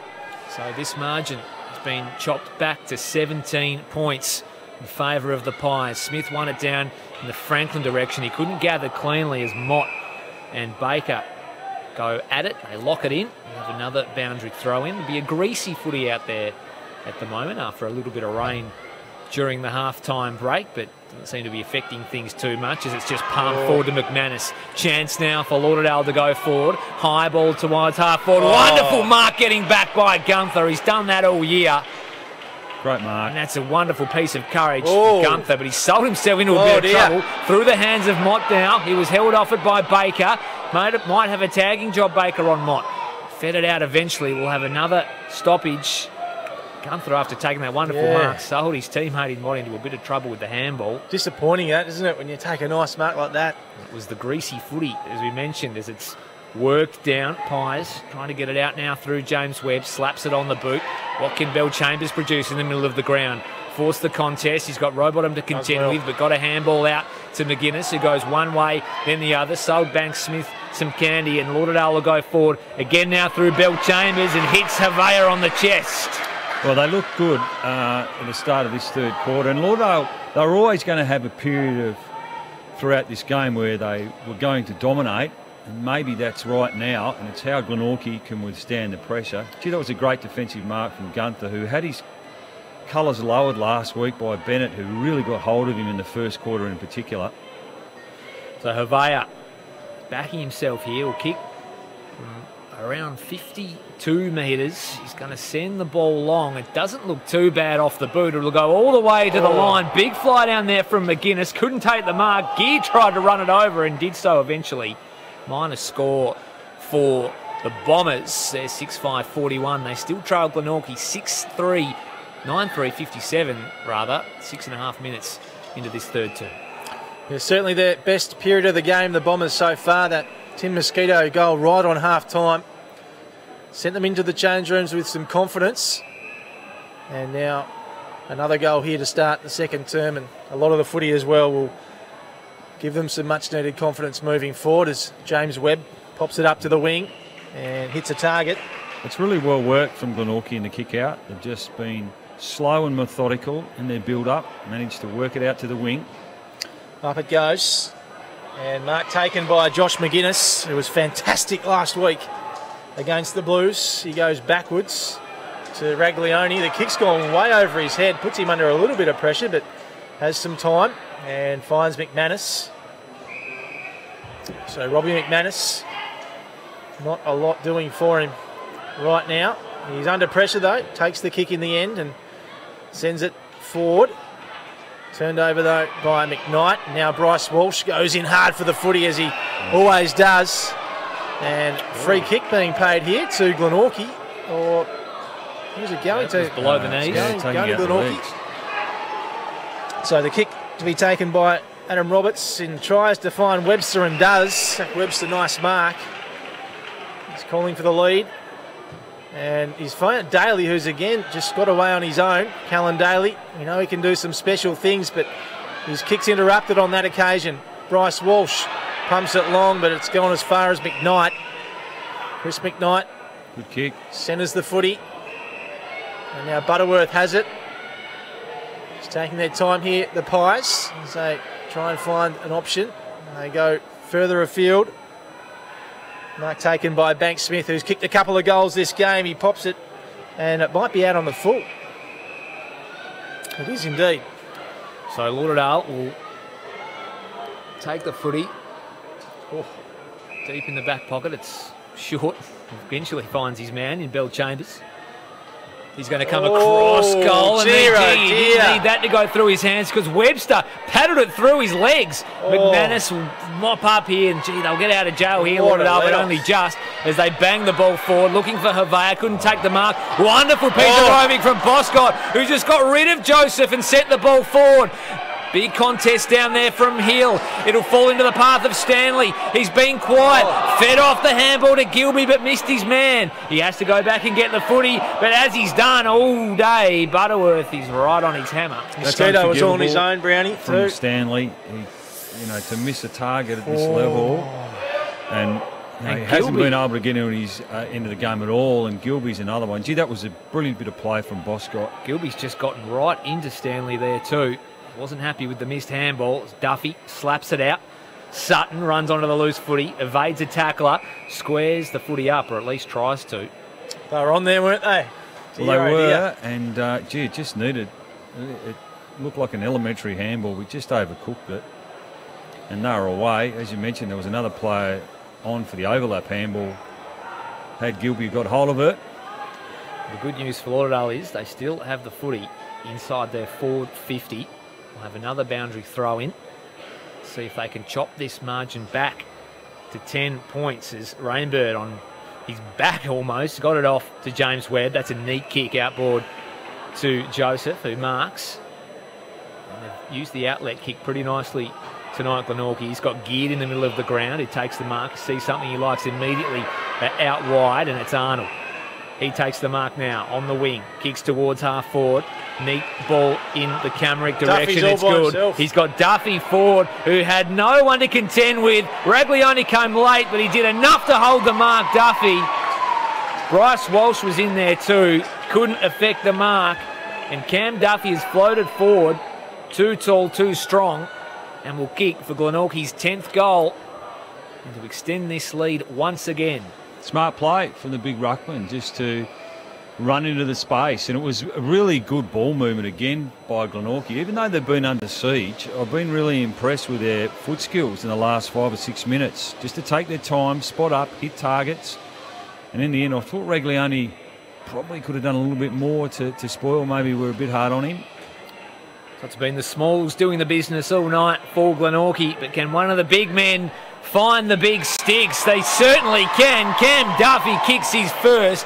Glenorchy have their 10th, and they extend this margin once again. Well, you don't want to harp on it, but you go back to the missed handball from Stanley to Gilby, and all of a sudden Glenorchy steady, and their first opportunity to drive it inside 50. And it was a ruckman to push forward to take the mark. That's a real bonus for Glenorchy. Gets it back out to 22 points, just steadies them a little bit. Talk about time in this game too, Brownie. Lauderdale's been the better team this quarter, but 11 minutes gone, they only had the one goal. So just need to make the most of their chances, as you said. So we restart in the middle, and it's Lauderdale through Boscott. He throws it on the boot. Inside 50 now, and Arnold couldn't take the mark. Here's a chance now for Gilby. Jacob Gilby ducks the head as he pulled up and has been pinged for holding the footy. Rainbird again. It's been fantastic. It's Rainbird. He was very vocal last time these two teams played, Jacob Gilby, when Lauderdale got a hold of Glenorchy. So the ball pushed to the wing. Duffy just smacks it out of bounds. Yeah, Lauderdale on that occasion, I think Ben McGuinness might have kicked 7. And he's certainly pretty vocal towards Glenorchy. 12, almost 13 minutes gone in this third term. The premiership quarter, of course. Everything on the line here. Grand final spot next week against North Launceston. Here's Sutton. Gets it away, and now Baker. Kick is hugging the boundary line. In fact, it's gone out of bounds on the full. So the kick will go Glenorchy's way here. Looks like it might be young McKnight who has the ball now with the job on Ed Stanley. He's done a wonderful job. Comes back in play. And Mark went over Baker's head. This ball's still alive here. Zach Webster gets the handball out. Big tackle on Ryan Banks-Smith.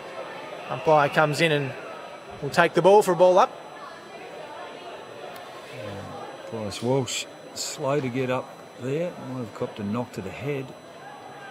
It won't worry him too much, Bryce Walsh. He's a big ball. Umpire's plucked out a free kick. It's a block, and it'll go the way of Cam Duffy and the Pies, who plays on immediately with a handball around the back. Away they go, the Pies. Man at half forward. It might be Bailey Bester. Couldn't quite get the ball under his spell. He's got McGuinness for company. He was just too sleek for the youngster. Kicks Lauderdale towards half forward. They got a 2-on-2. Big fist came across from Gunther. Wonderful piece of defence there. He got up a little bit proppy, but he did his job. Found the boundary line for the Pies. We'll have another stoppage.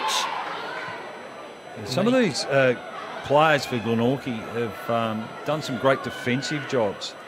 Bester in, I guess, trying to nullify plays a defensive forward on McGuinness. Certainly have, as Havea just smashes it forward without question. Straight towards the boundary line. Butterworth's had Gilby for long periods. Arnold does a great job each and every week. He's a dependable player for the Pies in that last line of defence. You mentioned that PK, Paul Kennedy, really done his homework in the lead up to this game, and it would appear that way as it's taken cleanly by Walsh, but only as far as Rainbird, who shoved it onto the boot, and he'll kick it out of bounds on the full and give Lauderdale a chance to reload here. So, again, another interesting little period because Lauderdale... Set play, boys. We saw this last week, Brownie. For a kick, it looked like they're going for the big kick, and they've found an option here. No, it's straight down the throat of Rainbird. Not much in that, I don't think. Rainbird goes backwards. Glenorchy out of danger for the moment. 10-3, 60, 65, 41. This is what I've loved from Glenorchy this quarter. They've just actually slowed the game up. Rain still falling here at Blundstone Arena as well. Here's Bryce Walsh. Oh, he's played on. So that was interesting. That was really interesting stuff. I'm not sure what he was thinking there, Cam Brown. Well, I just think he thought he had more time and space. He does prefer to play on at times. And this could be dangerous. Look at the Pies on the rebound here. Webb gets it forward, and big punch from behind from McGuinness sees it out of bounds. So that could have been another big moment right there. Bryce Walsh goes back and slots that. Cuts the lead and back to 16 points, but not to beat. The ball is thrown in again right in front of us here in the commentary position. Heavey tries to swing it and kick it out of the air. Webster. Rainbird, who's been fantastic. Karanaya applies the big tackle. Umpire will ball it up. Bit of light rain and an elbow injury, is it, to Boscott? Yeah, Boscott coming off the ground. Looks worse for wear. Winded. The trainer was holding his arm. Not sure what is wrong with Boscott, but that'll certainly be a blow to Lauderdale if he's off for an extended period as Heavey spins out of trouble and sends a tumbling ball forward. Stanley was overrun. Couldn't quite win the ball. Glenorchy will go forward against Smith.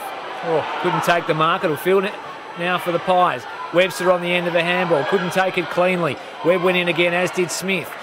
They'll move it forward through Heavey, but it's chopped off again by Arnold.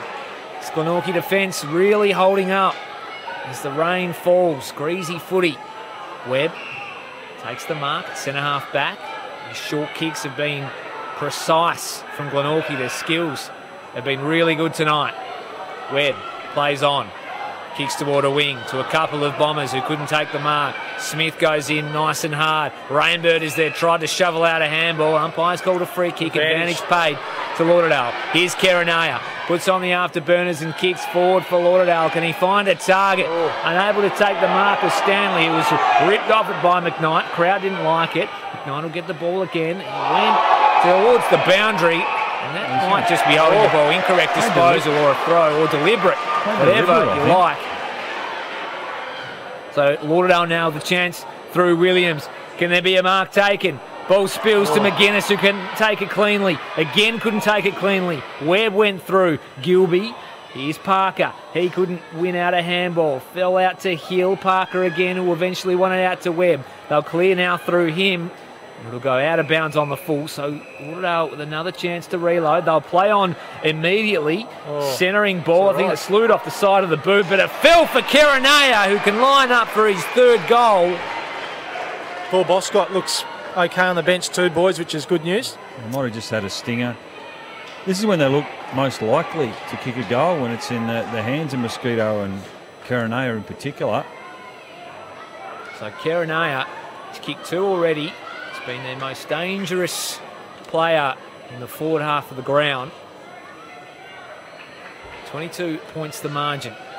Can he bring it back to 16? Kerenaya wanders on in, looks pretty good off the boot. The crowd noise tells the story. Kerenaya has his third. Lauderdale aren't going away just yet. No, he becomes the leading goal kicker on the ground at the moment with 3. It's probably been a bit of the issue for Lauderdale. They've only been able to have Listen to the crowd too, kickers. Brownie. They're right behind this Lauderdale team. This is the moment now for me, for Lauderdale. They need a centre clearance, drive it forward and get a quick goal, get this margin. Well, they haven't got it beyond 16, have they? Or no. Under 16. That's been the issue for them. So they just need another goal here. Absolutely. Great call. Smith. Here's Brayden Webb. So can they answer the challenge here again, Glenorchy, like they've done all night here? Zach Webster kicks it off the ground. Tries to do it again, but Baker does well. Raglione. Can the Bombers build something here? Raglione puts the afterburners on, has a bounce in the wet. Does well, but pops it out in front of Bryce Walsh, who sees it over, but not a bad position for Lauderdale to be in. Rhys has been pretty good, Raglione. He's tried to take the game on. Smooth mover there off half-back. So the rain continuing to tumble here, light rain at the moment. So it's made for slippery conditions. 16-point lead to Glenorchy, but you just feel Lauderdale has really lifted the tempo here in the last 5 minutes. That's a good mark taken by Boscott. No, it's out of bounds. Good to see him back out there, though, because he did come off grimacing a lot about 5 minutes ago. He just works his way into a game, Bellchambers, doesn't he? Just plays with great effort. He's powerful, as we know, through the core and able to burst from the stoppage. Team of the year midfielder, Bellchambers, wonderful season. He'll get it again here and burst away from the stoppage. Lays off it, don't argue. Does he split the middle? He doesn't. Misses just to the right-hand side. That would have been a team lifter. It was right on cue, wasn't it? He just read it brilliantly off the ruck contest. Certainly did. Wasn't to be, though. They've just got to lock this in now, Lauderdale. They can't allow Glenorchy to find easy outlets. They're happy to play slow from the back half. There's another one. Ball. That's done that well all night. Finds geared. Hit their targets tonight, the Pies. Spreads it out a little bit wider. A little bit of candy sold out there on the outer side as the Pies drive it forward in the Parker direction. It's off the Raglione fist. It'll spill out of bounds, outer side. It was a big moment, wasn't it? I just reckon that's disappointing from Lauderdale from the kick out. They just allowed Glenorchy without any real pressure to just whip it up the other side of the ground. And all of a sudden they have it. A stoppage at just on left half forward in their forward half as it goes to ground. Webb's in there after it. Has been all night. Fantastic. He's tackled well though by Sutton. There'll be another ball up. They really have lifted the tempo here, the Bombers, haven't they, Brownie? They have. And they had to, didn't they? I mean, it was a grand final on the line. They were strong favourites coming into this game with most people, I would have thought. Here you go, the Pies, though, through geared. Was Rowbottom held? He might have been. Umpire said no, play on. Maybe unlucky. Wow. Anderton now with hands through the middle of the ground. Here they go through Baker. Here's that man, Bellchambers. Can he find a target inside 50? Yes, he can. So Raymond Hill with a chance here. He elects to take the set shot. Is he too far out? He had Boscott on, he had McGuinness on. He might just be with a slightly heavy footy. There's a couple of leads still making themselves known, but he's going to back himself in here. He'll kick from just inside 50. Angle shouldn't be too much of a worry. This would be a huge goal if he can put it through. Never looked like it off the boot. He'll get all the way through for a minor score. And just a couple of opportunities squandered here for Lauderdale. It's still Glenorchy 10-3-63. They lead Lauderdale 7-7-49. 23 minutes gone. Third term. Need to lock it down here, like you said, Brownie. Kicked awfully close to the man on the mark there too, Hill. As it comes up the line and best a big punch from behind. It's gone to Mott. Mott throws it on the boot. It's all Lauderdale back there though. Raglione couldn't take the mark. He's under pressure from Rainbird and it's out of bounds. Yeah, gee, they would have loved the goal then from Hill. They are coming though, Lauderdale. In fairness to Glenorchy, they're trying to withstand this onslaught from the Bombers, who've definitely lifted their rating. So the umpire throws it back in. Duffy and Smith. Smith, big punch. Almost landed at Webster's advantage. It's heading boundary again and does go over. So 24 minutes gone in this third term. And the lead is 14 points. So we said they hadn't had it under 16. They've managed to do that. Only through behinds though. I'd love the next one too, Lauderdale, just to really get themselves back in this game and put some doubt in the mind of the Magpies. All up again. Long way to go still. As you mentioned, it is only that 14-point margin, but it does seem like Glenorchy have been on top. Lauderdale, they've got plenty of weapons in their arsenal. Sutton lays a big tackle. Another stoppage. Glenorchy have done well to lock it in all night. Geared with the footy. Bottom of the pack. He emerges. 10-3-63. 7-7-49. Duffy wins it down. Boscott's been massive. Handball over the top. Only went as far as Buttersworth, but handball only went as far as Sutton. Now it's with Boscott again. Kick around the corner. Couldn't keep it in though. It slews off the side of the boot. And Glenorchy will have the free kick, the out of bounds on the full. Boscott really willing himself into this game. A couple of big moments. Plenty of the footy. On into the midfield and had an impact as Pies drive it forward. Half a leap there from he's played a free Brayden kick. Webb. And there's been a free kick paid. He's had a big quarter. This man on screen. Certainly has. Bellchambers had an opportunity to kick a goal from the stoppage a little earlier, but was unable to convert. Out of bounds it goes once again. So shadows of three-quarter time here. Glenorchy hanging on to this 14-point lead. Gee, a goal either side here before three-quarter time. When you think back to the goal Lauderdale kicked just before half-time. About to say the same thing, Brownie. Can they do it again? The Bombers, they're attacking into the ground at the moment. Great tackle. Prize for holding the ball from Glenorchy, but the umpire says no, it'll be a ball up. Loving that battle, Webb and Bellchambers. It's been a great contest, hasn't it? It's been fantastic from the opening bounce a few hours ago. Smith taps it down. Bellchambers and Webb, you mentioned those two, Rowan. The free kick's been paid here to Brayden Webb. It looked a bit soft, that one, I would have thought. So Brayden Webb just pumps it long, hoping there's someone there, and it's out of bounds. So Thor Boscott readies himself to come back out on the ground. The momentum king that he is. Yeah, wait the ball in once more. Can't be too long left in the quarter. Here's McManus. Robbie McManus. Oh, okay, must have something here. Robbie McManus gets his footy back. There's time and space. The kick's not great, but it might land okay for Gilby. He gets it off to Ray Hill. Ray Hill puts it on the boot. And it's a cross through for a behind. So, gee, that would have been handy.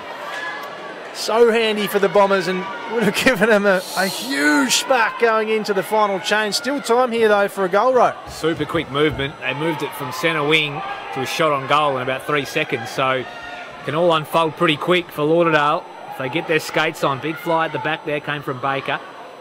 as Hill goes after it again, feeds out a handball to Shaw. They can go inside 50 here again. The Pies sweeping handball out from Williams. Is that Baker on the end of it, who has a flying shot on goal, and what a kick!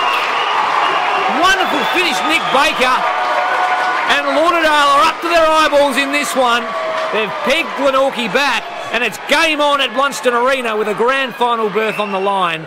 Glenorchy 10-3-63, Lauderdale 8-8-56, 28 minutes gone, third term. Massive goal, that Cam Brown. Listen to the crowd goal. And Nick Baker, unfamiliar territory, he's predominantly played down back and in the midfield this season, and kicking's probably been an area of growth in his game that he can still develop it. When everybody else was missing around him, he suddenly cut the margin to 7 points. Great effort from the young man. Was indeed. The crowd really getting involved here from a Lauderdale perspective as well. The chant started going around after that goal, so they'll play a part in this final quarter coming up too. Can they get another one here, the Bombers? Havea throws it on the boot. Arnold puts it under his spell, does well, but under pressure. Gets the kick away up to the wing. McManus chases after it.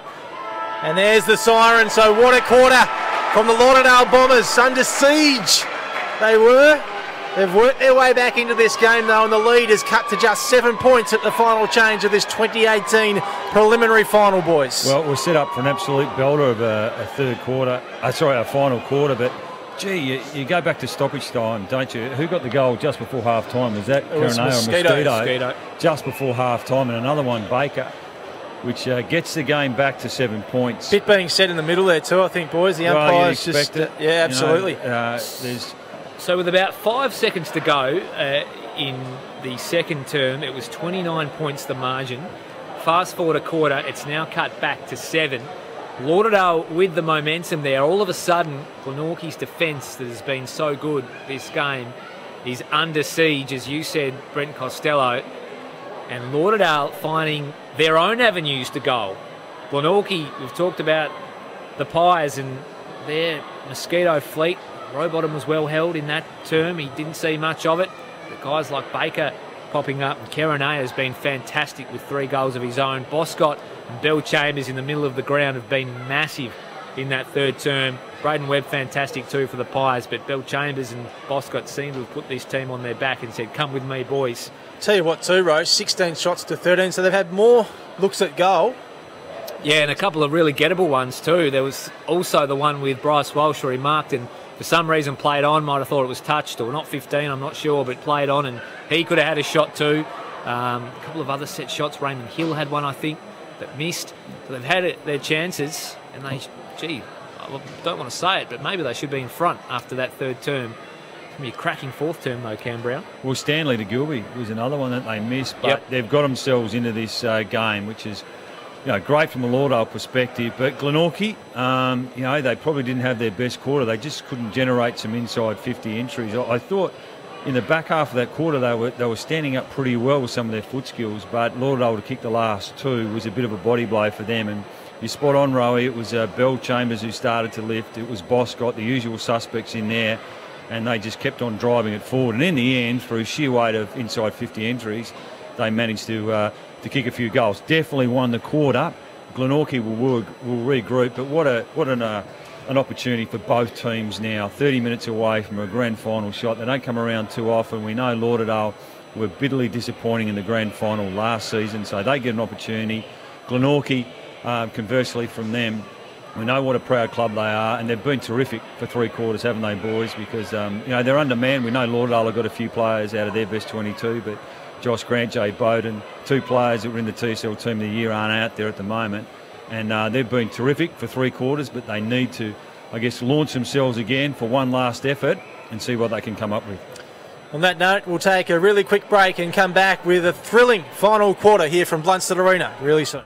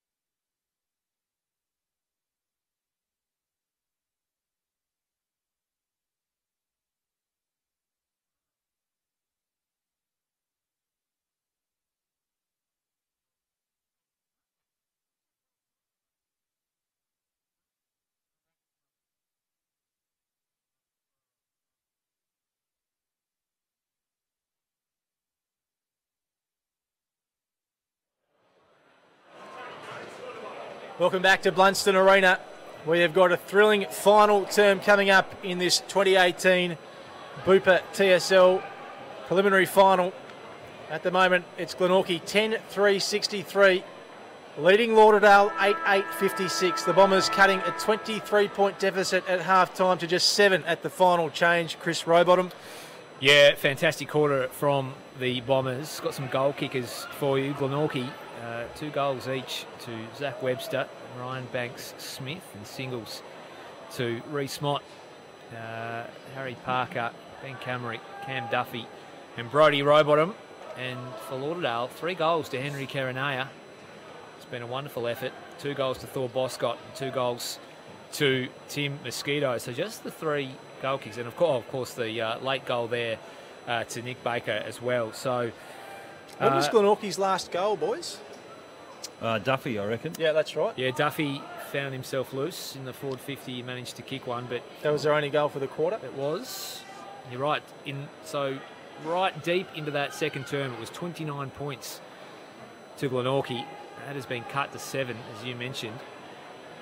And it's all on the line here with a grand final berth up for grabs. Paul Kennedy just going up and cuddling his child by the look of it. That's lovely. Gives him a hug, and on the way, beautiful stuff. Back up.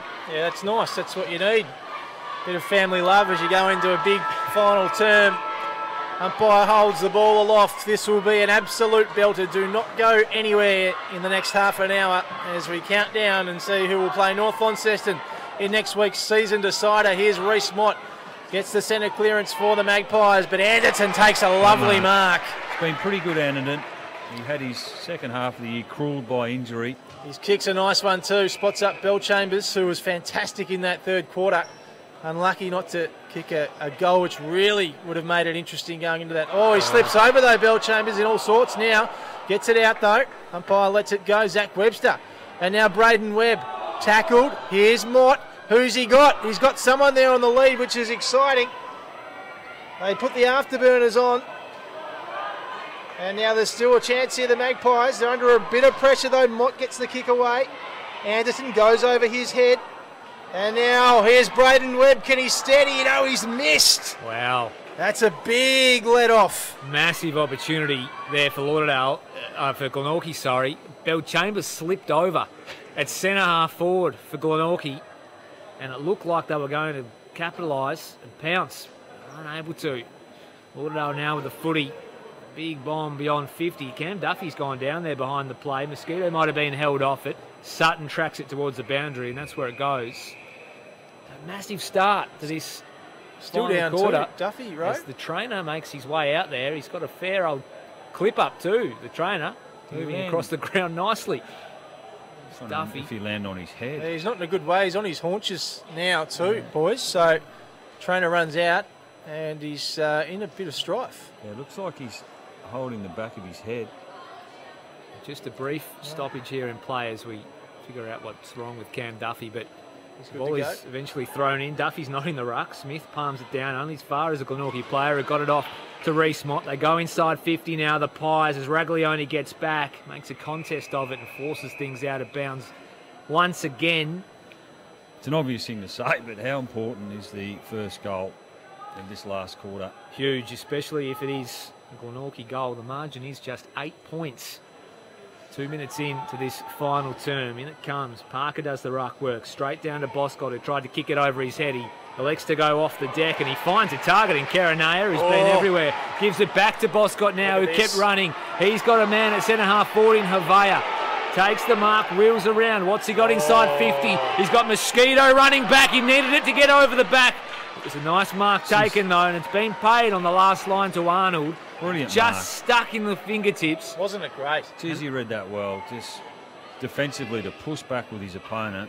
Gee, if that just slipped through the fingers, as it well could have in this greasy weather, then Mosquito was out, and Lauderdale would have had the first of the term.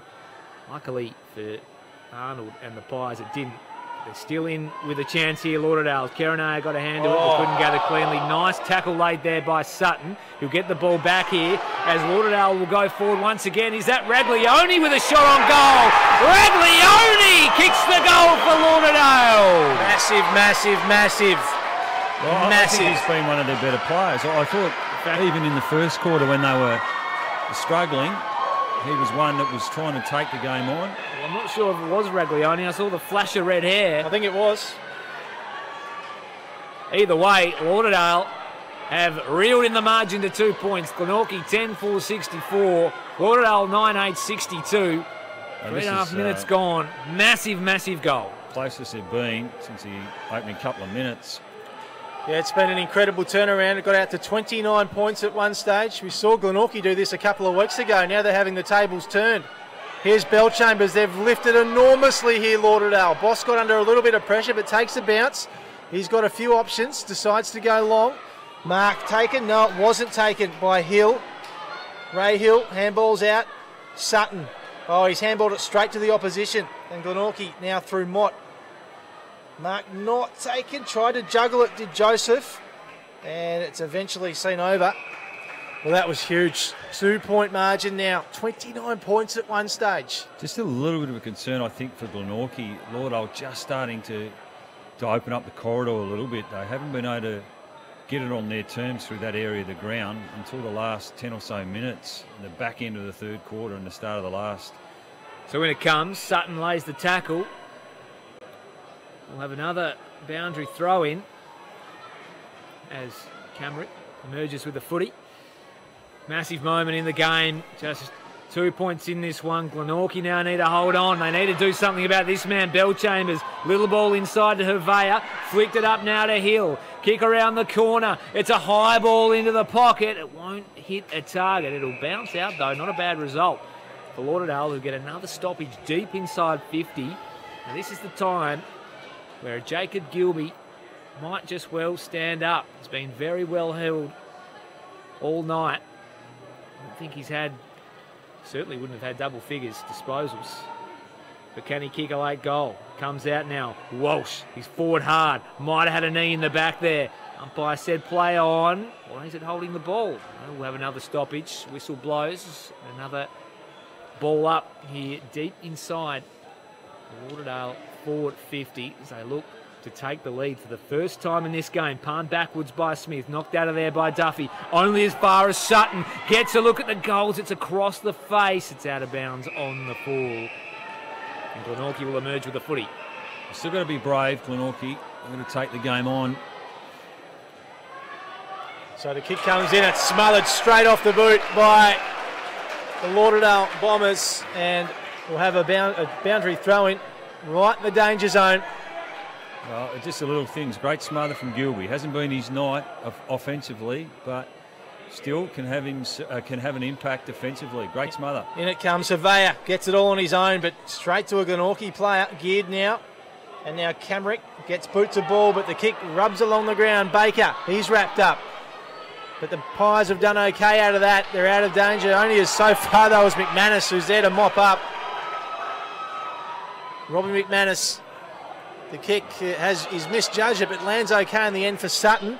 Baker's Sutton free. Goes back to Nat Franklin, and he finds a target in Hill. Can't take the mark, but does well to get it back. Ray Hill loads up, sends it to the top of the square, and it's coming back by the look of things. Well, that was strange. And the kick will go to... It's going back to Hill? Why would it come back? He must have called a free kick for something. So Ray Hill back in the team tonight for this monster clash. He pops it inside.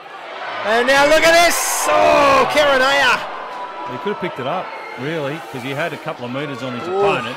You can't begrudge him trying to kick it off the ground, but he had more time than perhaps he thought. Rainbird under pressure now. Gets it out of the forward 50 for the Bombers. High tackle there from Heavey, was it? Umpire said no. No, you're right. It was high, missed by the umpire. They're just getting across the ground a little bit better at the moment, aren't they, Lauderdale? 1 point ball game here at Blundstone Arena. 10-4-64 the Pies. They lead Lauderdale 9-9-63. Up they go. Hervea, little toe poke from Sutton. Only goes as far as Rainbird, who was dragged off the footy. Big, bad, bustling Hervea gets it off. to Stanley. Now it's Walsh inside 50. Pat will fly. Couldn't take the mark. Butterworth gets around Sutton, who's been really good tonight. Big Torp outside 50. Contest will form. Rowbottom met it solidly, but it fell into the hands of Daly. Got it off to Mott. Composure. Kick now to Webb. He's got it in the middle of the ground. Holds things up. Kicks it out in front of a Glenorchy player who might run onto it in Webb. He's got a foot race though. He did really well to get the tackle on to Raglione, but Raglione was better. Worked it out to McManus, who kicks out now wide to Mosquito. Goes one way, then the other. Thinks about going up the line, but kicks backwards to McManus, who takes the mark in front of Webster. So a bit of high-octane football there from Glenorchy. Brayden Webb just tried to put it out in front of young James Webb, but he just had too much of a task earlier as McGuinness marks deep in defence. He's got Anderton on. He takes the mark just inside the boundary line. Precision kicking there from the former Brisbane line. And it comes now to Nat Franklin. He's had a couple of touches in this turn. Great looking kick. okay. That splits them open in the middle of the ground. Bellchambers gives it off to Sutton. Kick towards half forward. Nice strong mark from Gilby. Haven't called him tonight, but there he is. Kick inside 50 now to Boscott. Off hands, Rainbird. Gave it off. It was taken clean. Boscott wins the free kick, and he'll have a shot on goal. 40 metres out. This to put Lauderdale in front. Massive Thor Boscott. Well, it was a kick from Nat Franklin that opened Glenorchy up, and that's been the challenge for them tonight, is to get the ball through that dangerous area in the corridor. And all of a sudden there was time and space. A great mark from Gilby. He played on quickly. Wasn't the best kick to advantage for Boscott, but he just reacted. Sticky His mitts. defensive work has been terrific. So here he is, Thor Boscott, biggest kick of the night to hand Lauderdale the lead for the first time this evening, straight over the goal umpire's hats. Boscott puts the Bombers in front. Huge goal for Boscott.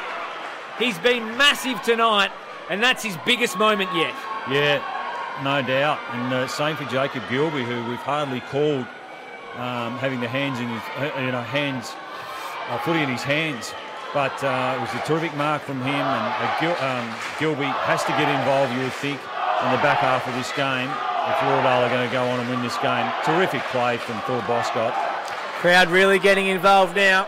From a Lauderdale perspective, the celebration was something very, very nice too from Thor Boscott.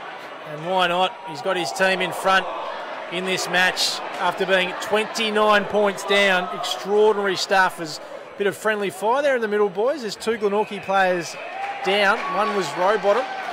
Can't quite tell who the other is right now, but they're in a bit of hurt at the moment as all trainers rush to the scene. Well, they've got some concerns because there's 4 trainers around him at the moment. Might be Duffy.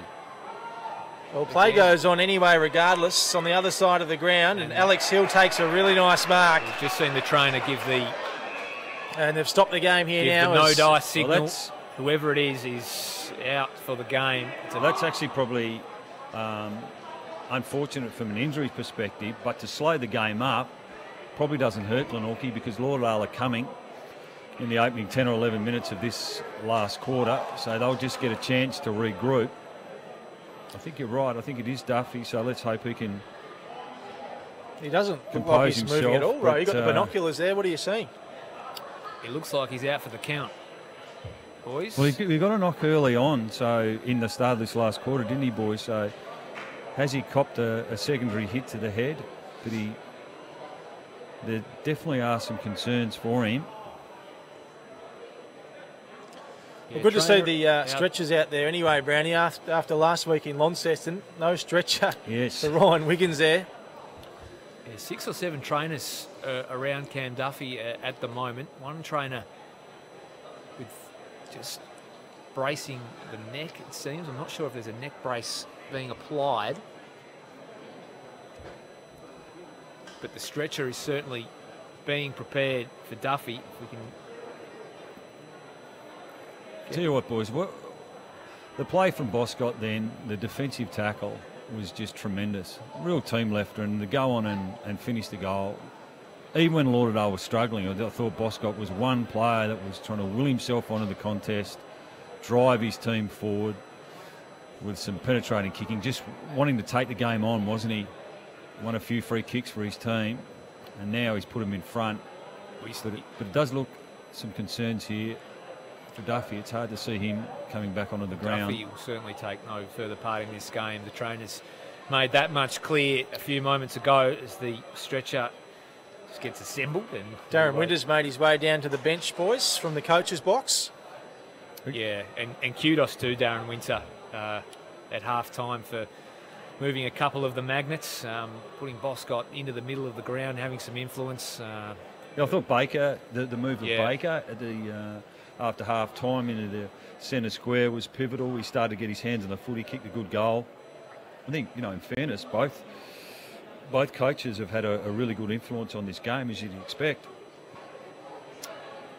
Glenorchy, they just haven't been able to win it this quarter and get some inside 50 entries. We saw Brayden Webb with an opportunity there, and he actually put it out in front of his teammate, became a foot race, and I think it was Raglione that got back to it quickly from a Lauderdale perspective, and then in the end might have been the Franklin kick through the midfield that got the entry for Lauderdale for the forward goal from Boscott. So both teams just in their respective huddles trying to keep warm. Glenorchy doing a bit of stretch work, and Lauderdale just doing the side-to-side jogging on the edge of the centre square. Still multiple trainers around Cam Duffy from both teams as they try to get the big man on the stretcher. Probably no easy task. He'd probably need a few hands on deck to achieve it. He's a big lump of lad. Horrible to see this sort of stuff, isn't it? Hopefully he's okay, because he's been down for a while. Play stopped for a good 3 or 4 or 5 minutes now. I actually didn't see it, boys. One of you called friendly fire. I don't know, friendly fire. Yeah, I only saw the aftermath, and that was the 2 boys on the ground, so I can only assume that's what it was. But what it will be is a long quarter. You expect it to go well past 30 minutes, so plenty of time left in this contest. And expect now the Glenorchy leaders to try and step up for their team. People like Arnold, it was a brilliant defensive mark, wasn't it, going back 5 or 10 minutes ago? But Webb, Mott, these sorts of players, Joseph, they'll try and get their hands on the footy just to steady their team.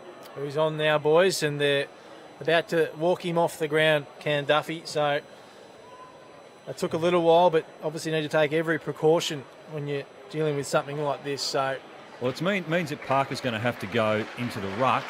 In the past, we've seen Walker. They're going to go over and acknowledge their teammate. All the players get over, as we saw. It's made famous by Rhys Conker in the AFL. And he did his ankle earlier this year. And all the Richmond boys got across to him. And they're going to do the same here, the Glenorchy boys to Cam Duffy. There's the skipper, Brayden Webb. A little rub on the head for Cam Duffy. He's had a fantastic year. He was in contention for Team of the Year, wasn't he, Cam Duffy? Well, there's a few of them. I think Bailey, Smith, obviously, and Duffy all had pretty good years. Alex Lee, North Launceston. So I would have thought they would have been heavily debated, the ruck position. As he makes his way from the ground in the hands of trainers, let's just hope there's no real damage done and that he's okay, and that if Glenorchy do go through to the big dance next week, he'll be okay to play. Well, Glenorchy are well set up for this kick.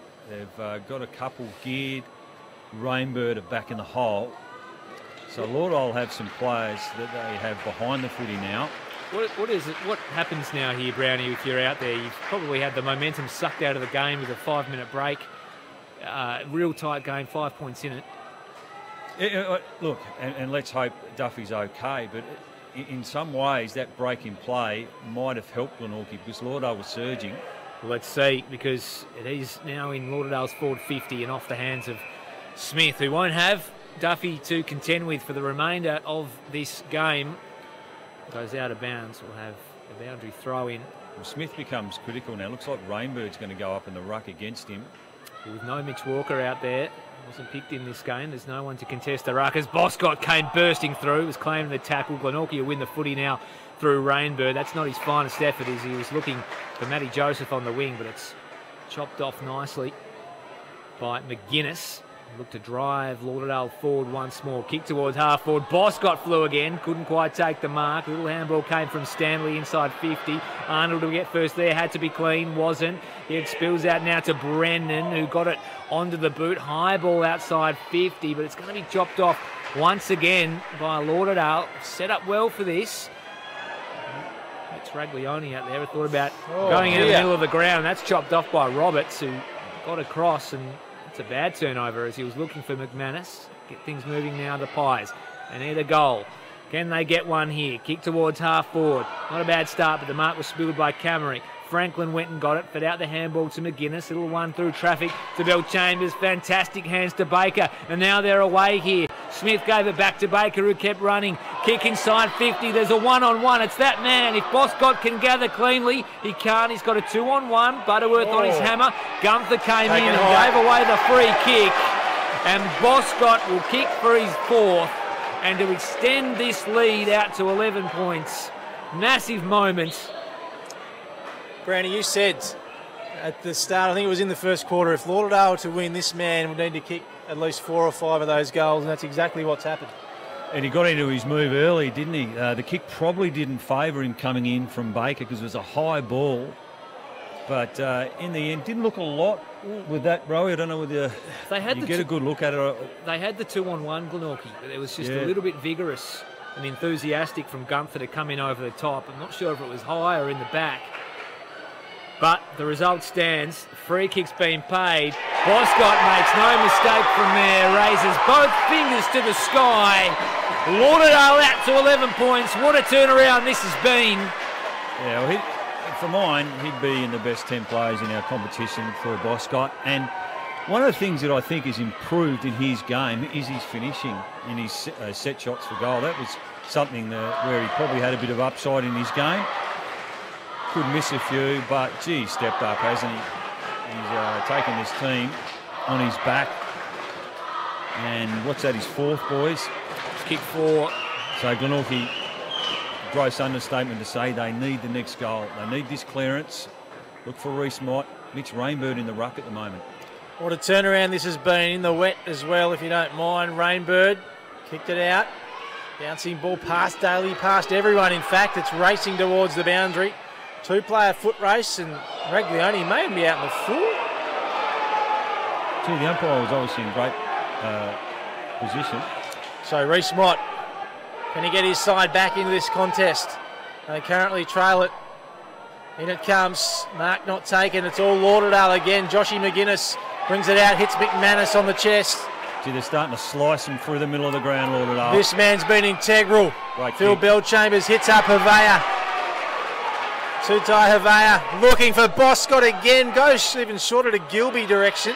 Mott, though, does okay. And Glenorchy win it out of defence again. But it's a 2-on-1 contest, and Anderson just goes back and takes a lovely mark. Been pretty solid, hasn't he, Anderson?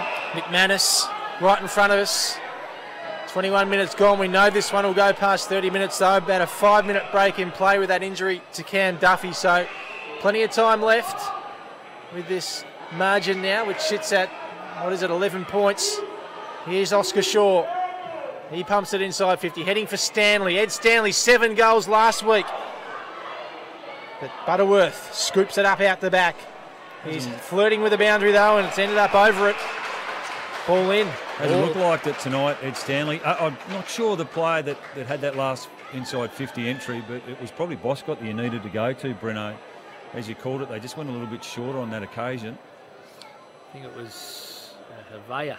Yeah, went to Gilby, did he not? To Gilby, but Boscott lost his man and the lead was on. Bellchambers, wonderful through traffic, fed out the handball to Heavey, knocked it on in the Stanley direction. Mott put his head over it, eventually forced out a kick, but only as far as Smith. He's got a booming boot, this big fella. He'll put it long inside 50, does exactly that. There's a big pack that flies, and Boscott was the man, but he couldn't quite hang on. He's flown for his marks tonight, hasn't he, Brownie? He has. He's just so dangerous, so powerful.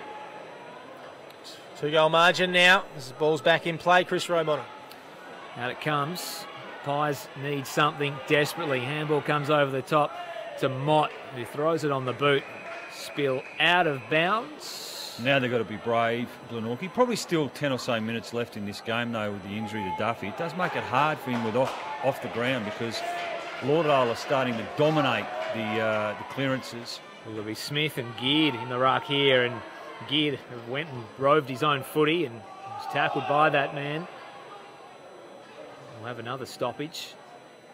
As Glenorchy, with just seconds to go in the second term, held a 29-point lead. They now trail in this game by a clean 2 goals as the ball goes forward for Lauderdale. Gunther was hassled out of it by Havea, got it eventually though as the Pies work it off half back. It's a 2-on-1 now for the Bombers. Walsh couldn't quite complete the mark. Webster grabbed him, handball over the top. It'll fall into the path of Geared. Wonderful tackle though by Oscar Shaw. And it's all Lauderdale. In fact, it's holding the ball. Umpire judged that Geared tried to take him on. Well, you caught it, Rowie. That was a wonderful tackle from a young player playing his first year, I think, at TSL level. It's been pretty good, Shaw. Pretty good last week too against Launceston. Ball spills down in front. Here's Walsh. Gets it on the boot. Lauderdale go forward again. Like to know their inside 50 count.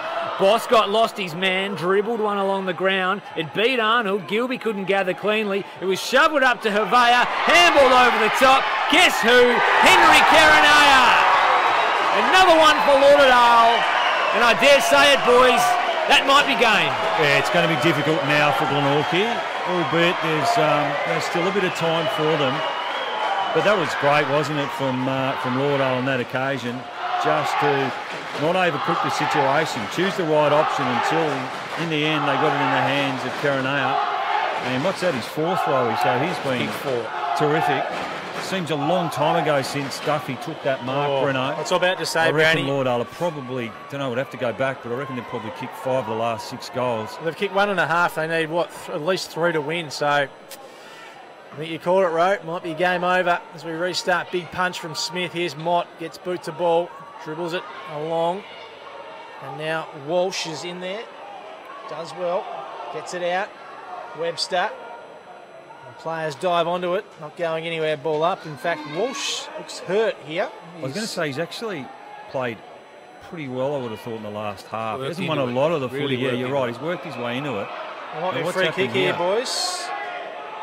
Free kick going Lauderdale's way. Now there's 2 Bombers down. 2 Bombers down, you're right. It's Hayden Smith and Bryce Walsh. Well, I don't mean any disrespect to the players that are injured, but the team that's winning at the moment is North Launceston. They'd be thinking with a lot of these players banged up and sore. Absolutely, Brownie. Fair shout that. I think Webster might have been involved there because Gilby gave him a couple of choice words on the way past, and Webster threw the arm out to try and clip him.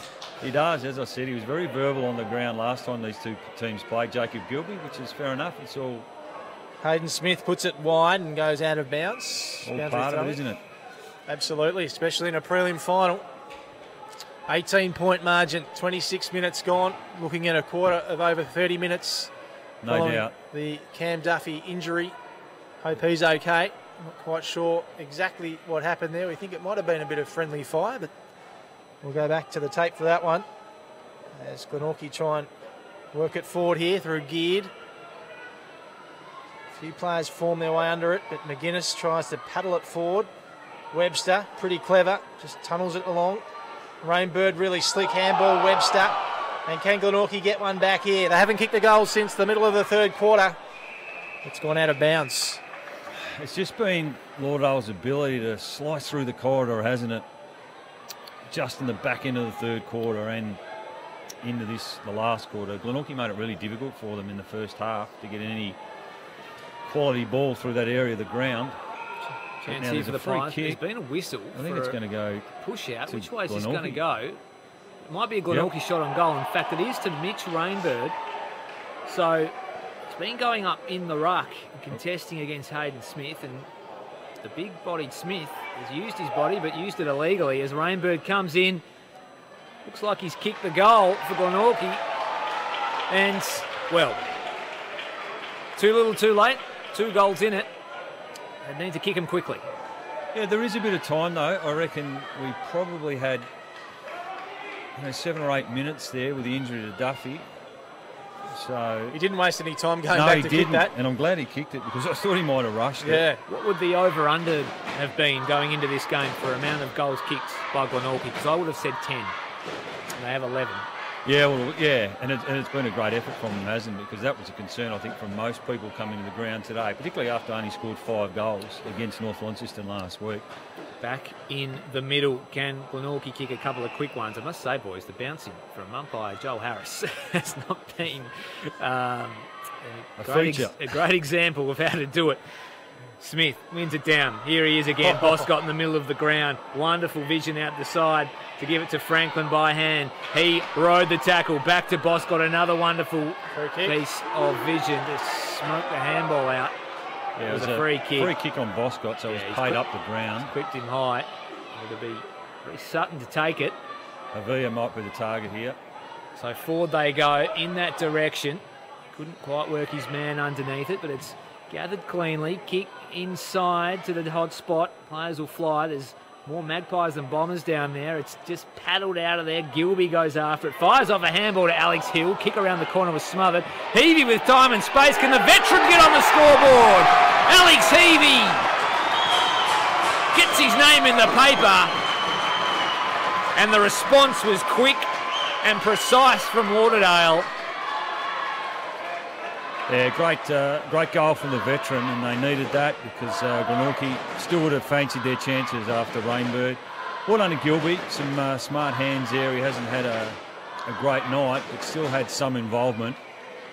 And that's the beauty of Lauderdale, isn't it? Just different guys that have been able to bob up in the latter half of this year and kick goals. They haven't relied on one particular player. It's been pretty heavily reliant on Kerenea and Boscott tonight.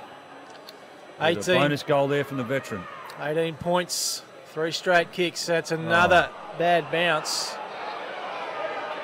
So, crowd not happy with it either. It's just a bit deflating, isn't it? When you... It's happened a bit too at Blundstone Arena, boys, hasn't it? It has on the stream, that's for sure. We've had we have a good compile tape, that's for sure. Up it goes. A big smack down.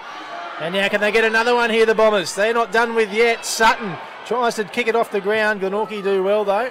Only as far as Franklin, though. He pumps it long now and high. Anyone under it from the Bombers? Yes, they are. Heavey again. And he's been pinged. It was a good tackle, actually, on that occasion. So, kick going the way of the Maggies. And Gunther. What do you thought of Harrison Gunther tonight, Brownie? Oh, look, I think he's been better. It certainly hasn't had the intercept marks and possessions that he wanted. Joseph in enormous trouble there. And the free kick will go the way of the Bombers. He's had a great year, though, Gunther. He had his colours lowered last week to Tommy Bennett, who's a quality opponent and a good matchup for Harrison. Mosquito kicks it to Bellchambers. Bellchambers off his mark. Big kick inside, top of the square. Gilby couldn't take it. Hill taps it down. And Webster collects. Bouncing ball, and now the Pies through Arnold, gets it back to Joseph, and that is a dead set shocker. Luckily for him, it bounced before, so it's only a throw in, but dearie me. It probably says more about the kick that it did bounce before, and there's Webster Might involved. be a free kick here. In a little bit of argy-bargy once again. Oh, and they've lost the plot here now. And Zach Webster, he's been involved in a couple of these, and guess who is on the other end? Jacob Gilby. They've been going at each other in this final term, and Gilby emerges with the footy. Well, he's happy to run down the clock. Yeah. Don't be surprised. No, I thought he might go backwards. Gilby just pumps it long. It's just chopped off by Gunther, who gets across and double fists the ball out of bounds. And here comes Webster. He's been dragged. Oh, no! And that's Weeks. Oh, my goodness me. Smashed. Oh, my goodness me. That is one of the more disgraceful acts I've seen on the footy field. The best thing now, I think, he's received a card for that, and that is an absolute disgrace. If he's still at Glenorchy next year, we won't see him for the first 6 weeks. That's assault. That is terrible stuff. You never want to see that as Kerenea, pops it inside 50. And now, can they get another one here, the Bombers? Glenorchy do well to get it out of defence. And Rowbottom has the footy. That was unbelievable, boys. I've never seen anything like that in my time calling footy. as Glenorchy try to work it forward again. Lauderdale through McGuinness. It's wrapped up. Rowbottom's trying to feed it out. Does so, but only as far as McManus. This could... I mean, Lauderdale have to be sensible after seeing that. They've got a grand final to play next week, but goodness gracious me. Up it goes. Oh, a bit of magic there. No, it wasn't in the end, but a nice little leap there from Karanaya. Karanaya has the footy again, gets it over the top to his teammate in Timmy Mosquito. He wheels around, does it cleverly, hits up Williams, and Josh Williams will go back now and have a set shot on goal. But everyone's a little bit stunned from what we've just seen from Zach Webster. I was about to say the exact same thing there, Breno. It's a sense of genuine shock. Well, he went to his haunches just then too, Jacob Gilby, so I'd like to see the replay. Well, because it was almost a bit predictable, wasn't it? Here comes Williams. The kick is a shank. It's off to the right. Can someone gobble it up? Boscott's there. He can't. The kick, though, it's gone okay for Glenorchy. It's marked by Daniel Joseph. The clock stopped here on 31 minutes. That's interesting. It's reached its limit after the Cam Duffy injury. I think the scoreboard's in shock of what we've seen too, boys. Here's a turnover. Oh, look at this. It couldn't be, could it? No, it's not. It's a behind. Well, that is going to be, unfortunately, a big talking point out of this game, especially after Lauderdale fought back so hard to storm away with what looks to be a preliminary final win. As Glenorchy try and muster something late in this term. Daly gets it out to Cameron. He'll get it back through Webb. They'll go forward here, Glenorchy. That's a nice little ball to the Glenorchy player who was unable to take the mark. Lauderdale try to work it forward. Here's Baker. He's been pretty good in this final term. The second half. His kick wasn't his finest though. Banks Smith has it for Glenorchy. Sting's going out of this one. It can't be long left. Can't be long left at all. Glenorchy go forward once again, and they'll get a mark inside 50 here. And if anyone deserves a goal for the Pies, it's this man, Brayden Webb, who has absolutely tried his guts out. Back-heel kick after the siren for some consolation. But it is Lauderdale who are through to the 2018 TSL Grand Final. They'll play North Launceston next week.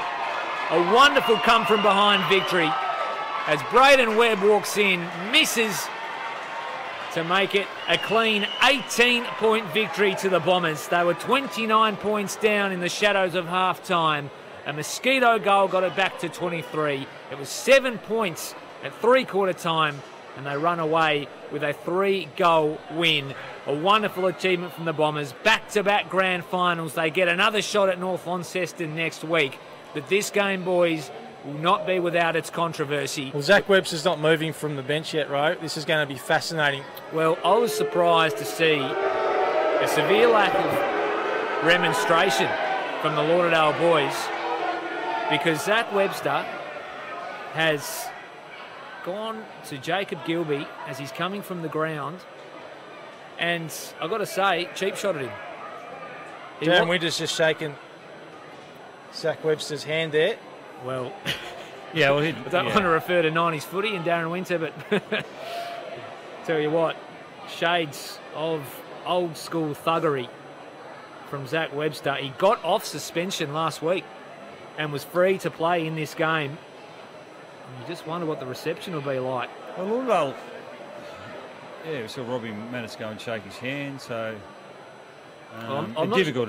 Didn't look a great act. It'd be interesting to see on the replay. Well, he was running from the ground, so it'd be interesting to see how many actually saw what occurred. But we had a pretty good view of it from up here, and it was a round arm. It looked to the face.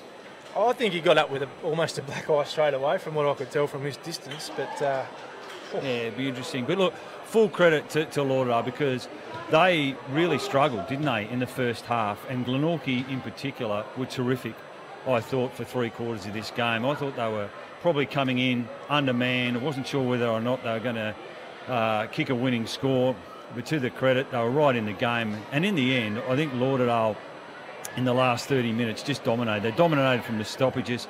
Duffy going off the ground actually didn't help them in the end, Glenorchy, because Smith started to get his hands on the footy. But I love the game of Thor Boscott, boys. He's a star of the competition. Even when Lauderdale were down, I thought he was one player that was just trying to will his team into the game. Karanea was dangerous throughout the game to kick 4 goals in a reasonably low-scoring game. I thought was terrific. Love the work of Bellchambers to get him involved. Baker, I thought, second half had some really important touches. Anderton was another one. And just looking at them too, Rowie, they look like they've got through the game unscathed. So I guess the talking point coming into this will be, Ben McGuinness, how's he go? Is he a chance to come back into this team? They'd love to have him in there. But we'll wait and see. For Glenorchy, though, look, we shouldn't go without saying it was a brave effort from them and a terrific season. Unfortunately, in the second half, they just ran out of legs and they just couldn't get their hands on the footy. Lauderdale started to slice them up through the middle of the ground. They look really dangerous when they can carry the ball through there with their foot skills and hand. And they also looked the most likely team when the ball went inside their forward 50. And they started to gather it at ground level and different guys started to bob up and kick goals. So it was a great second half, full credit to Lauderdale, and they've come from 5th, and we shouldn't underestimate that performance after what's been a really slow start to the season from them, Breno. But do you give them a chance? Of last year, do you give them a chance next week, Breno? I do, absolutely. They would have learned a lot last year. There'll be none of that again, and obviously I think it'll be a lot closer than last year as well. So I'm sure Taylor Whitford's here somewhere watching the game right now, and well, they couldn't be as bad as they were. No, that's exactly right. Can only be better last year, and they'll be better for the experience. A lot of players, but a lot of those boys obviously playing in the grand final for the first time, so they'll learn from that, and they go in with a bit of momentum. They won't be wrapped in their first half, but their second half I thought was really strong for them. I'm not sure what it was, how many goals compared to Glenorchy in the second half, Rowie, but they certainly got on top. Well, it's all elementary because Lauderdale win 13-11, 89 to Glenorchy 11-5, 71. Got some goal kickers here for the Bombers. It was 4 goals apiece to Thor Boscott in what I think was the best on-ground performance. Henry Karanea also bobbed up with 4 and provided real spark in the forward half of the ground for Lauderdale. Nick Baker kicked 1. Tim Mosquito kicked a couple early before probably fading late in the game. Alex Heavey got on the score sheet. And we think it was Nick Raglione who it was definitely Raglione. kicked that wonderful goal. He was pretty good too. To really put a fire underneath Lauderdale. For Glenorchy, the goals, 2 to Zach Webster, 2 to Ryan Banks-Smith, singles to Mitch Rainbird, Rhys Mott, Harry Parker, Ben Camerick, Cameron Duffy and Brodie Rowbottom. They just ran out of avenues, didn't they, in the end? They probably exhausted the extent of what they could do with such limited resources up forward. Yeah, Absolutely. they did. And look, they it's an obvious thing to say, but they would have loved to. At this time of the year, boys, everyone's got injuries. But to lose Josh Grant and Jay Bowden was a harsh bit of pill to swallow for the Magpies. But having said that, we mentioned Ben McGuinness, who was out. Also Wiggins, another one for Lauderdale. So this time of year, to have a fit and healthy list is probably unlikely, more than likely. But it's all set up for a grand final replay, and we'll look forward to it next Saturday. Lauderdale, don't think it's been done from 5th, has it, since the TSL's inception? I was going to say, what an effort from 5th, playing off in an elimination final to go through to a grand final. And just as a whole, you have your coach, Darren Winter, suspended for the first 6 weeks of the year after what was really a farcical effort from Lauderdale in last year's grand final to take the team from... I can't think of what their record was after about 6 or 7 weeks, but it wasn't looking good for Lauderdale. But what a bounce back to get a couple of players back, to really flick the switch and to now play off in a grand final and to set up such an interesting encounter with North Launceston after the events of last year. A second crack, a chance at genuine redemption after being wiped off the park by North Launceston last year. Can they upset the apple cart and really throw a spanner into North Launceston's history-making run? That's the question. They certainly would have learnt some lessons from last year. Well, let's hope it's a great game. And from Lauderdale's perspective, in fairness to them today, they showed a lot of discipline to get back into the game. And so I just think they're going to be better prepared for it this time around. They'll be the underdogs against North Launceston, who have been the form team, only lost a couple of games. But they'll go in with some confidence, Lauderdale. I still think North Launceston will probably win If you had to tip something now, Brent, I don't know about you guys, but I do expect Lauderdale will be right in it next week. They came from 29 points down, Lauderdale, to make it a battle of the Bombers 2 years in a row. Thanks for your company this afternoon. It's been a pleasure to bring it to you. We'll do it all again next weekend for the big one, the 2018 TSL Grand Final. Hope you can join us then via AFL Tasmania's social media channels. Bye for now.